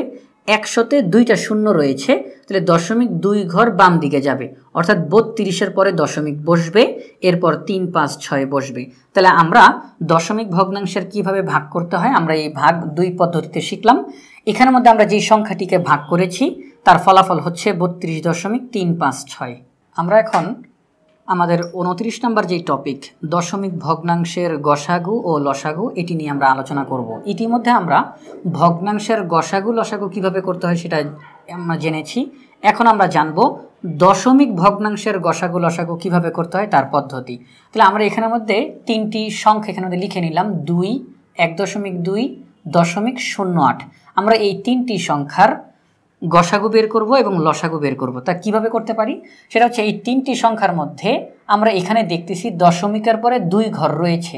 তাহলে এই তিনটি সংখ্যায় আমরা চেষ্টা করব দশমিকের পরে 2 ঘর রাখার জন্য। তাহলে আমরা কি লিখতে পারি, 2 দুইটি শূন্য দেই, 1.20 লিখলাম এবং এখানের মধ্যে যা ছিল তাই থাকবে, অর্থাৎ সবগুলোরই দশমিকের পরে 2 অঙ্ক করে আমরা রাখলাম। এখন আমরা এই তিনটি সংখ্যাকে যদি 100 দ্বারা গুণ দিই, অর্থাৎ দশমিককে আমরা উঠায় ফেলার চেষ্টা করব, তাহলে এখানে হবে 200, এখানে 120 এবং এখানে হবে শুধু 8। এখন আমাদের কাজ হচ্ছে 200, 120 এবং 8 এই তিনটি সংখ্যার গসাগু নির্ণয় করা এবং লসাগু নির্ণয় করা। তাহলে আমরা এখন পাশে লিখি 200, 120, 8 এই তিনটি সংখ্যার আমরা এখন গসাগু নির্ণয় করব। 2 200-র মধ্যে যায় 100 বার, 120-এর মধ্যে যায় 60 বার, 8-এর মধ্যে যায় 4 বার, 2 100-র মধ্যে যায় 50 বার, 60-এর মধ্যে 30 বার, 4-এর মধ্যে 2 বার, 2 50-এর মধ্যে যায় 25 বার, 30-এর মধ্যে 15 বার এবং এখানে যায় 1 বার। আর কোনো মৌলিক সংখ্যা নাই যেটা কিনা এই তিনটা সংখ্যার মধ্যেই যাবে। তাহলে গসাগু কত হবে, 2 দুগুণে 4, 4 দুগুণে 8। তাহলে আমরা বলতে পারি এই তিনটি সংখ্যার গসাগু হচ্ছে 8। লসাগু কত হবে, আমরা এখন লসাগু নির্ণয় করব। 200, 120, 8 এই তিনটি সংখ্যার লসাগু নির্ণয় করব। এখান থেকেই আমরা করতে পারি, সেটা কি, সেটা হচ্ছে 5 25-এর মধ্যে যায় 5 বার, 15-এর মধ্যে যায় 3 বার। তাহলে আর কোনো সংখ্যা যায় না। এখন আমরা গুণ করব, 2 দুগুণে 4, 4 দুগুণে 8, 5 8 40, 40-কে যদি আমরা 5 দ্বারা গুণ দিই তাহলে হবে 200, 200-কে যদি আমরা 3 দ্বারা গুণ দিই তাহলে হবে 600। তাহলে আমরা গসাগু লিখলাম 8, লসাগু লিখলাম 600। এখন এটাই কি উত্তর? না, এটা উত্তর না। তার কারণ আমাদের প্রথমে কিন্তু ভগ্নাংশটা ছিল এইটা, আমরা তাকে 100 দ্বারা গুণ করে এই সংখ্যাগুলো তৈরি করেছি। তাহলে 100 দ্বারা গুণ করার কারণে এই সংখ্যাগুলো হয়েছে। এখন আমরা 100 দ্বারা ভাগ করে আগের অবস্থানে চলে যাব। 8-কে যদি আমরা 100 দ্বারা ভাগ দিই তাহলে হবে 0.08 এবং 600-কে যদি আমরা 100 দ্বারা ভাগ দিই তাহলে হবে 6.00। অর্থাৎ এই তিনটি দশমিক ভগ্নাংশের গসাগু হচ্ছে 0.08 এবং লসাগু হচ্ছে 6.00। এখানে যেহেতু আমরা প্রথমে 100 দ্বারা গুণ করে পূর্ণ সংখ্যা তৈরি করেছি, অর্থাৎ দশমিক বিহীন সংখ্যাগুলো তৈরি করেছি, এজন্য এখন আমরা 100 দ্বারা ভাগ করে আমরা আমাদের আগের অবস্থানে চলে যাব। অর্থাৎ মূলত আমরা যে ভগ্নাংশগুলোর গসাগু লসাগু নির্ণয় করার কথা ছিল, আমরা সেই ভগ্নাংশগুলোর গসাগু এবং লসাগু নির্ণয় করলাম। আমরা এই তিনটি দশমিক ভগ্নাংশকে আবার লিখে নিলাম। আমরা এখানের মধ্যে যে পদ্ধতিতে করেছি এখন আমরা আরেকটি পদ্ধতিতে করব, সেটা হচ্ছে সাধারণ ভগ্নাংশে রূপান্তর করে করব। সেটা হচ্ছে 2, তাকে আমরা কি লিখতে পারি, তাকে লিখতে পারি উপরে 2, তার নিচে মনে মনে 1 রয়েছে। এখানে লিখতে পারি উপরে 12, নিচে 10 এবং এখানে লিখতে পারি উপরে 8, নিচে 100। অর্থাৎ আমরা সাধারণ ভগ্নাংশে রূপান্তর করলাম। তাহলে আমরা সাধারণ ভগ্নাংশে রূপান্তর করার পর সবগুলো ভগ্নাংশের লব রয়েছে, হর রয়েছে। আমরা ইতিমধ্যে ভগ্নাংশের গসাগু লসাগু শিখেছি, অর্থাৎ সাধারণ ভগ্নাংশের কিভাবে করে গসাগু বের করতে হয়, লসাগু বের করতে হয়, সেই পদ্ধতি আমরা ইতিমধ্যে শিখেছি 23 নম্বর এবং 24 নম্বর টপিক্সে। তাহলে সেখানে মধ্যে আমরা কি করেছিলাম, সাধারণ ভগ্নাংশ যেগুলো দেওয়া থাকবে তাদের আমরা যদি গসাগু নির্ণয় করি তাহলে লবগুলোর গসাগু নির্ণয় করতে হবে এবং হরগুলোর লসাগু নির্ণয় করতে হবে। ফলাফল যেটা সেটাই হচ্ছে দশমিক ভগ্নাংশের গসাগু ফলাফল বের হবে। আর যদি বলা হয় লসাগু নির্ণয় করতে, তখন কি করতে হবে, তখন লবগুলোর লসাগু বের করব ও হরগুলোর গসাগু বের করব।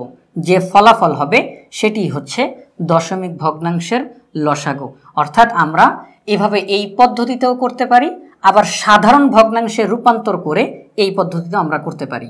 আশা করি আজকের পর্বটি তোমাদের ভালো লেগেছে। পরবর্তী পর্ব দেখার আমন্ত্রণ জানিয়ে আজকের মতো এখানেই বিদায় নিচ্ছি। আসসালামু আলাইকুম।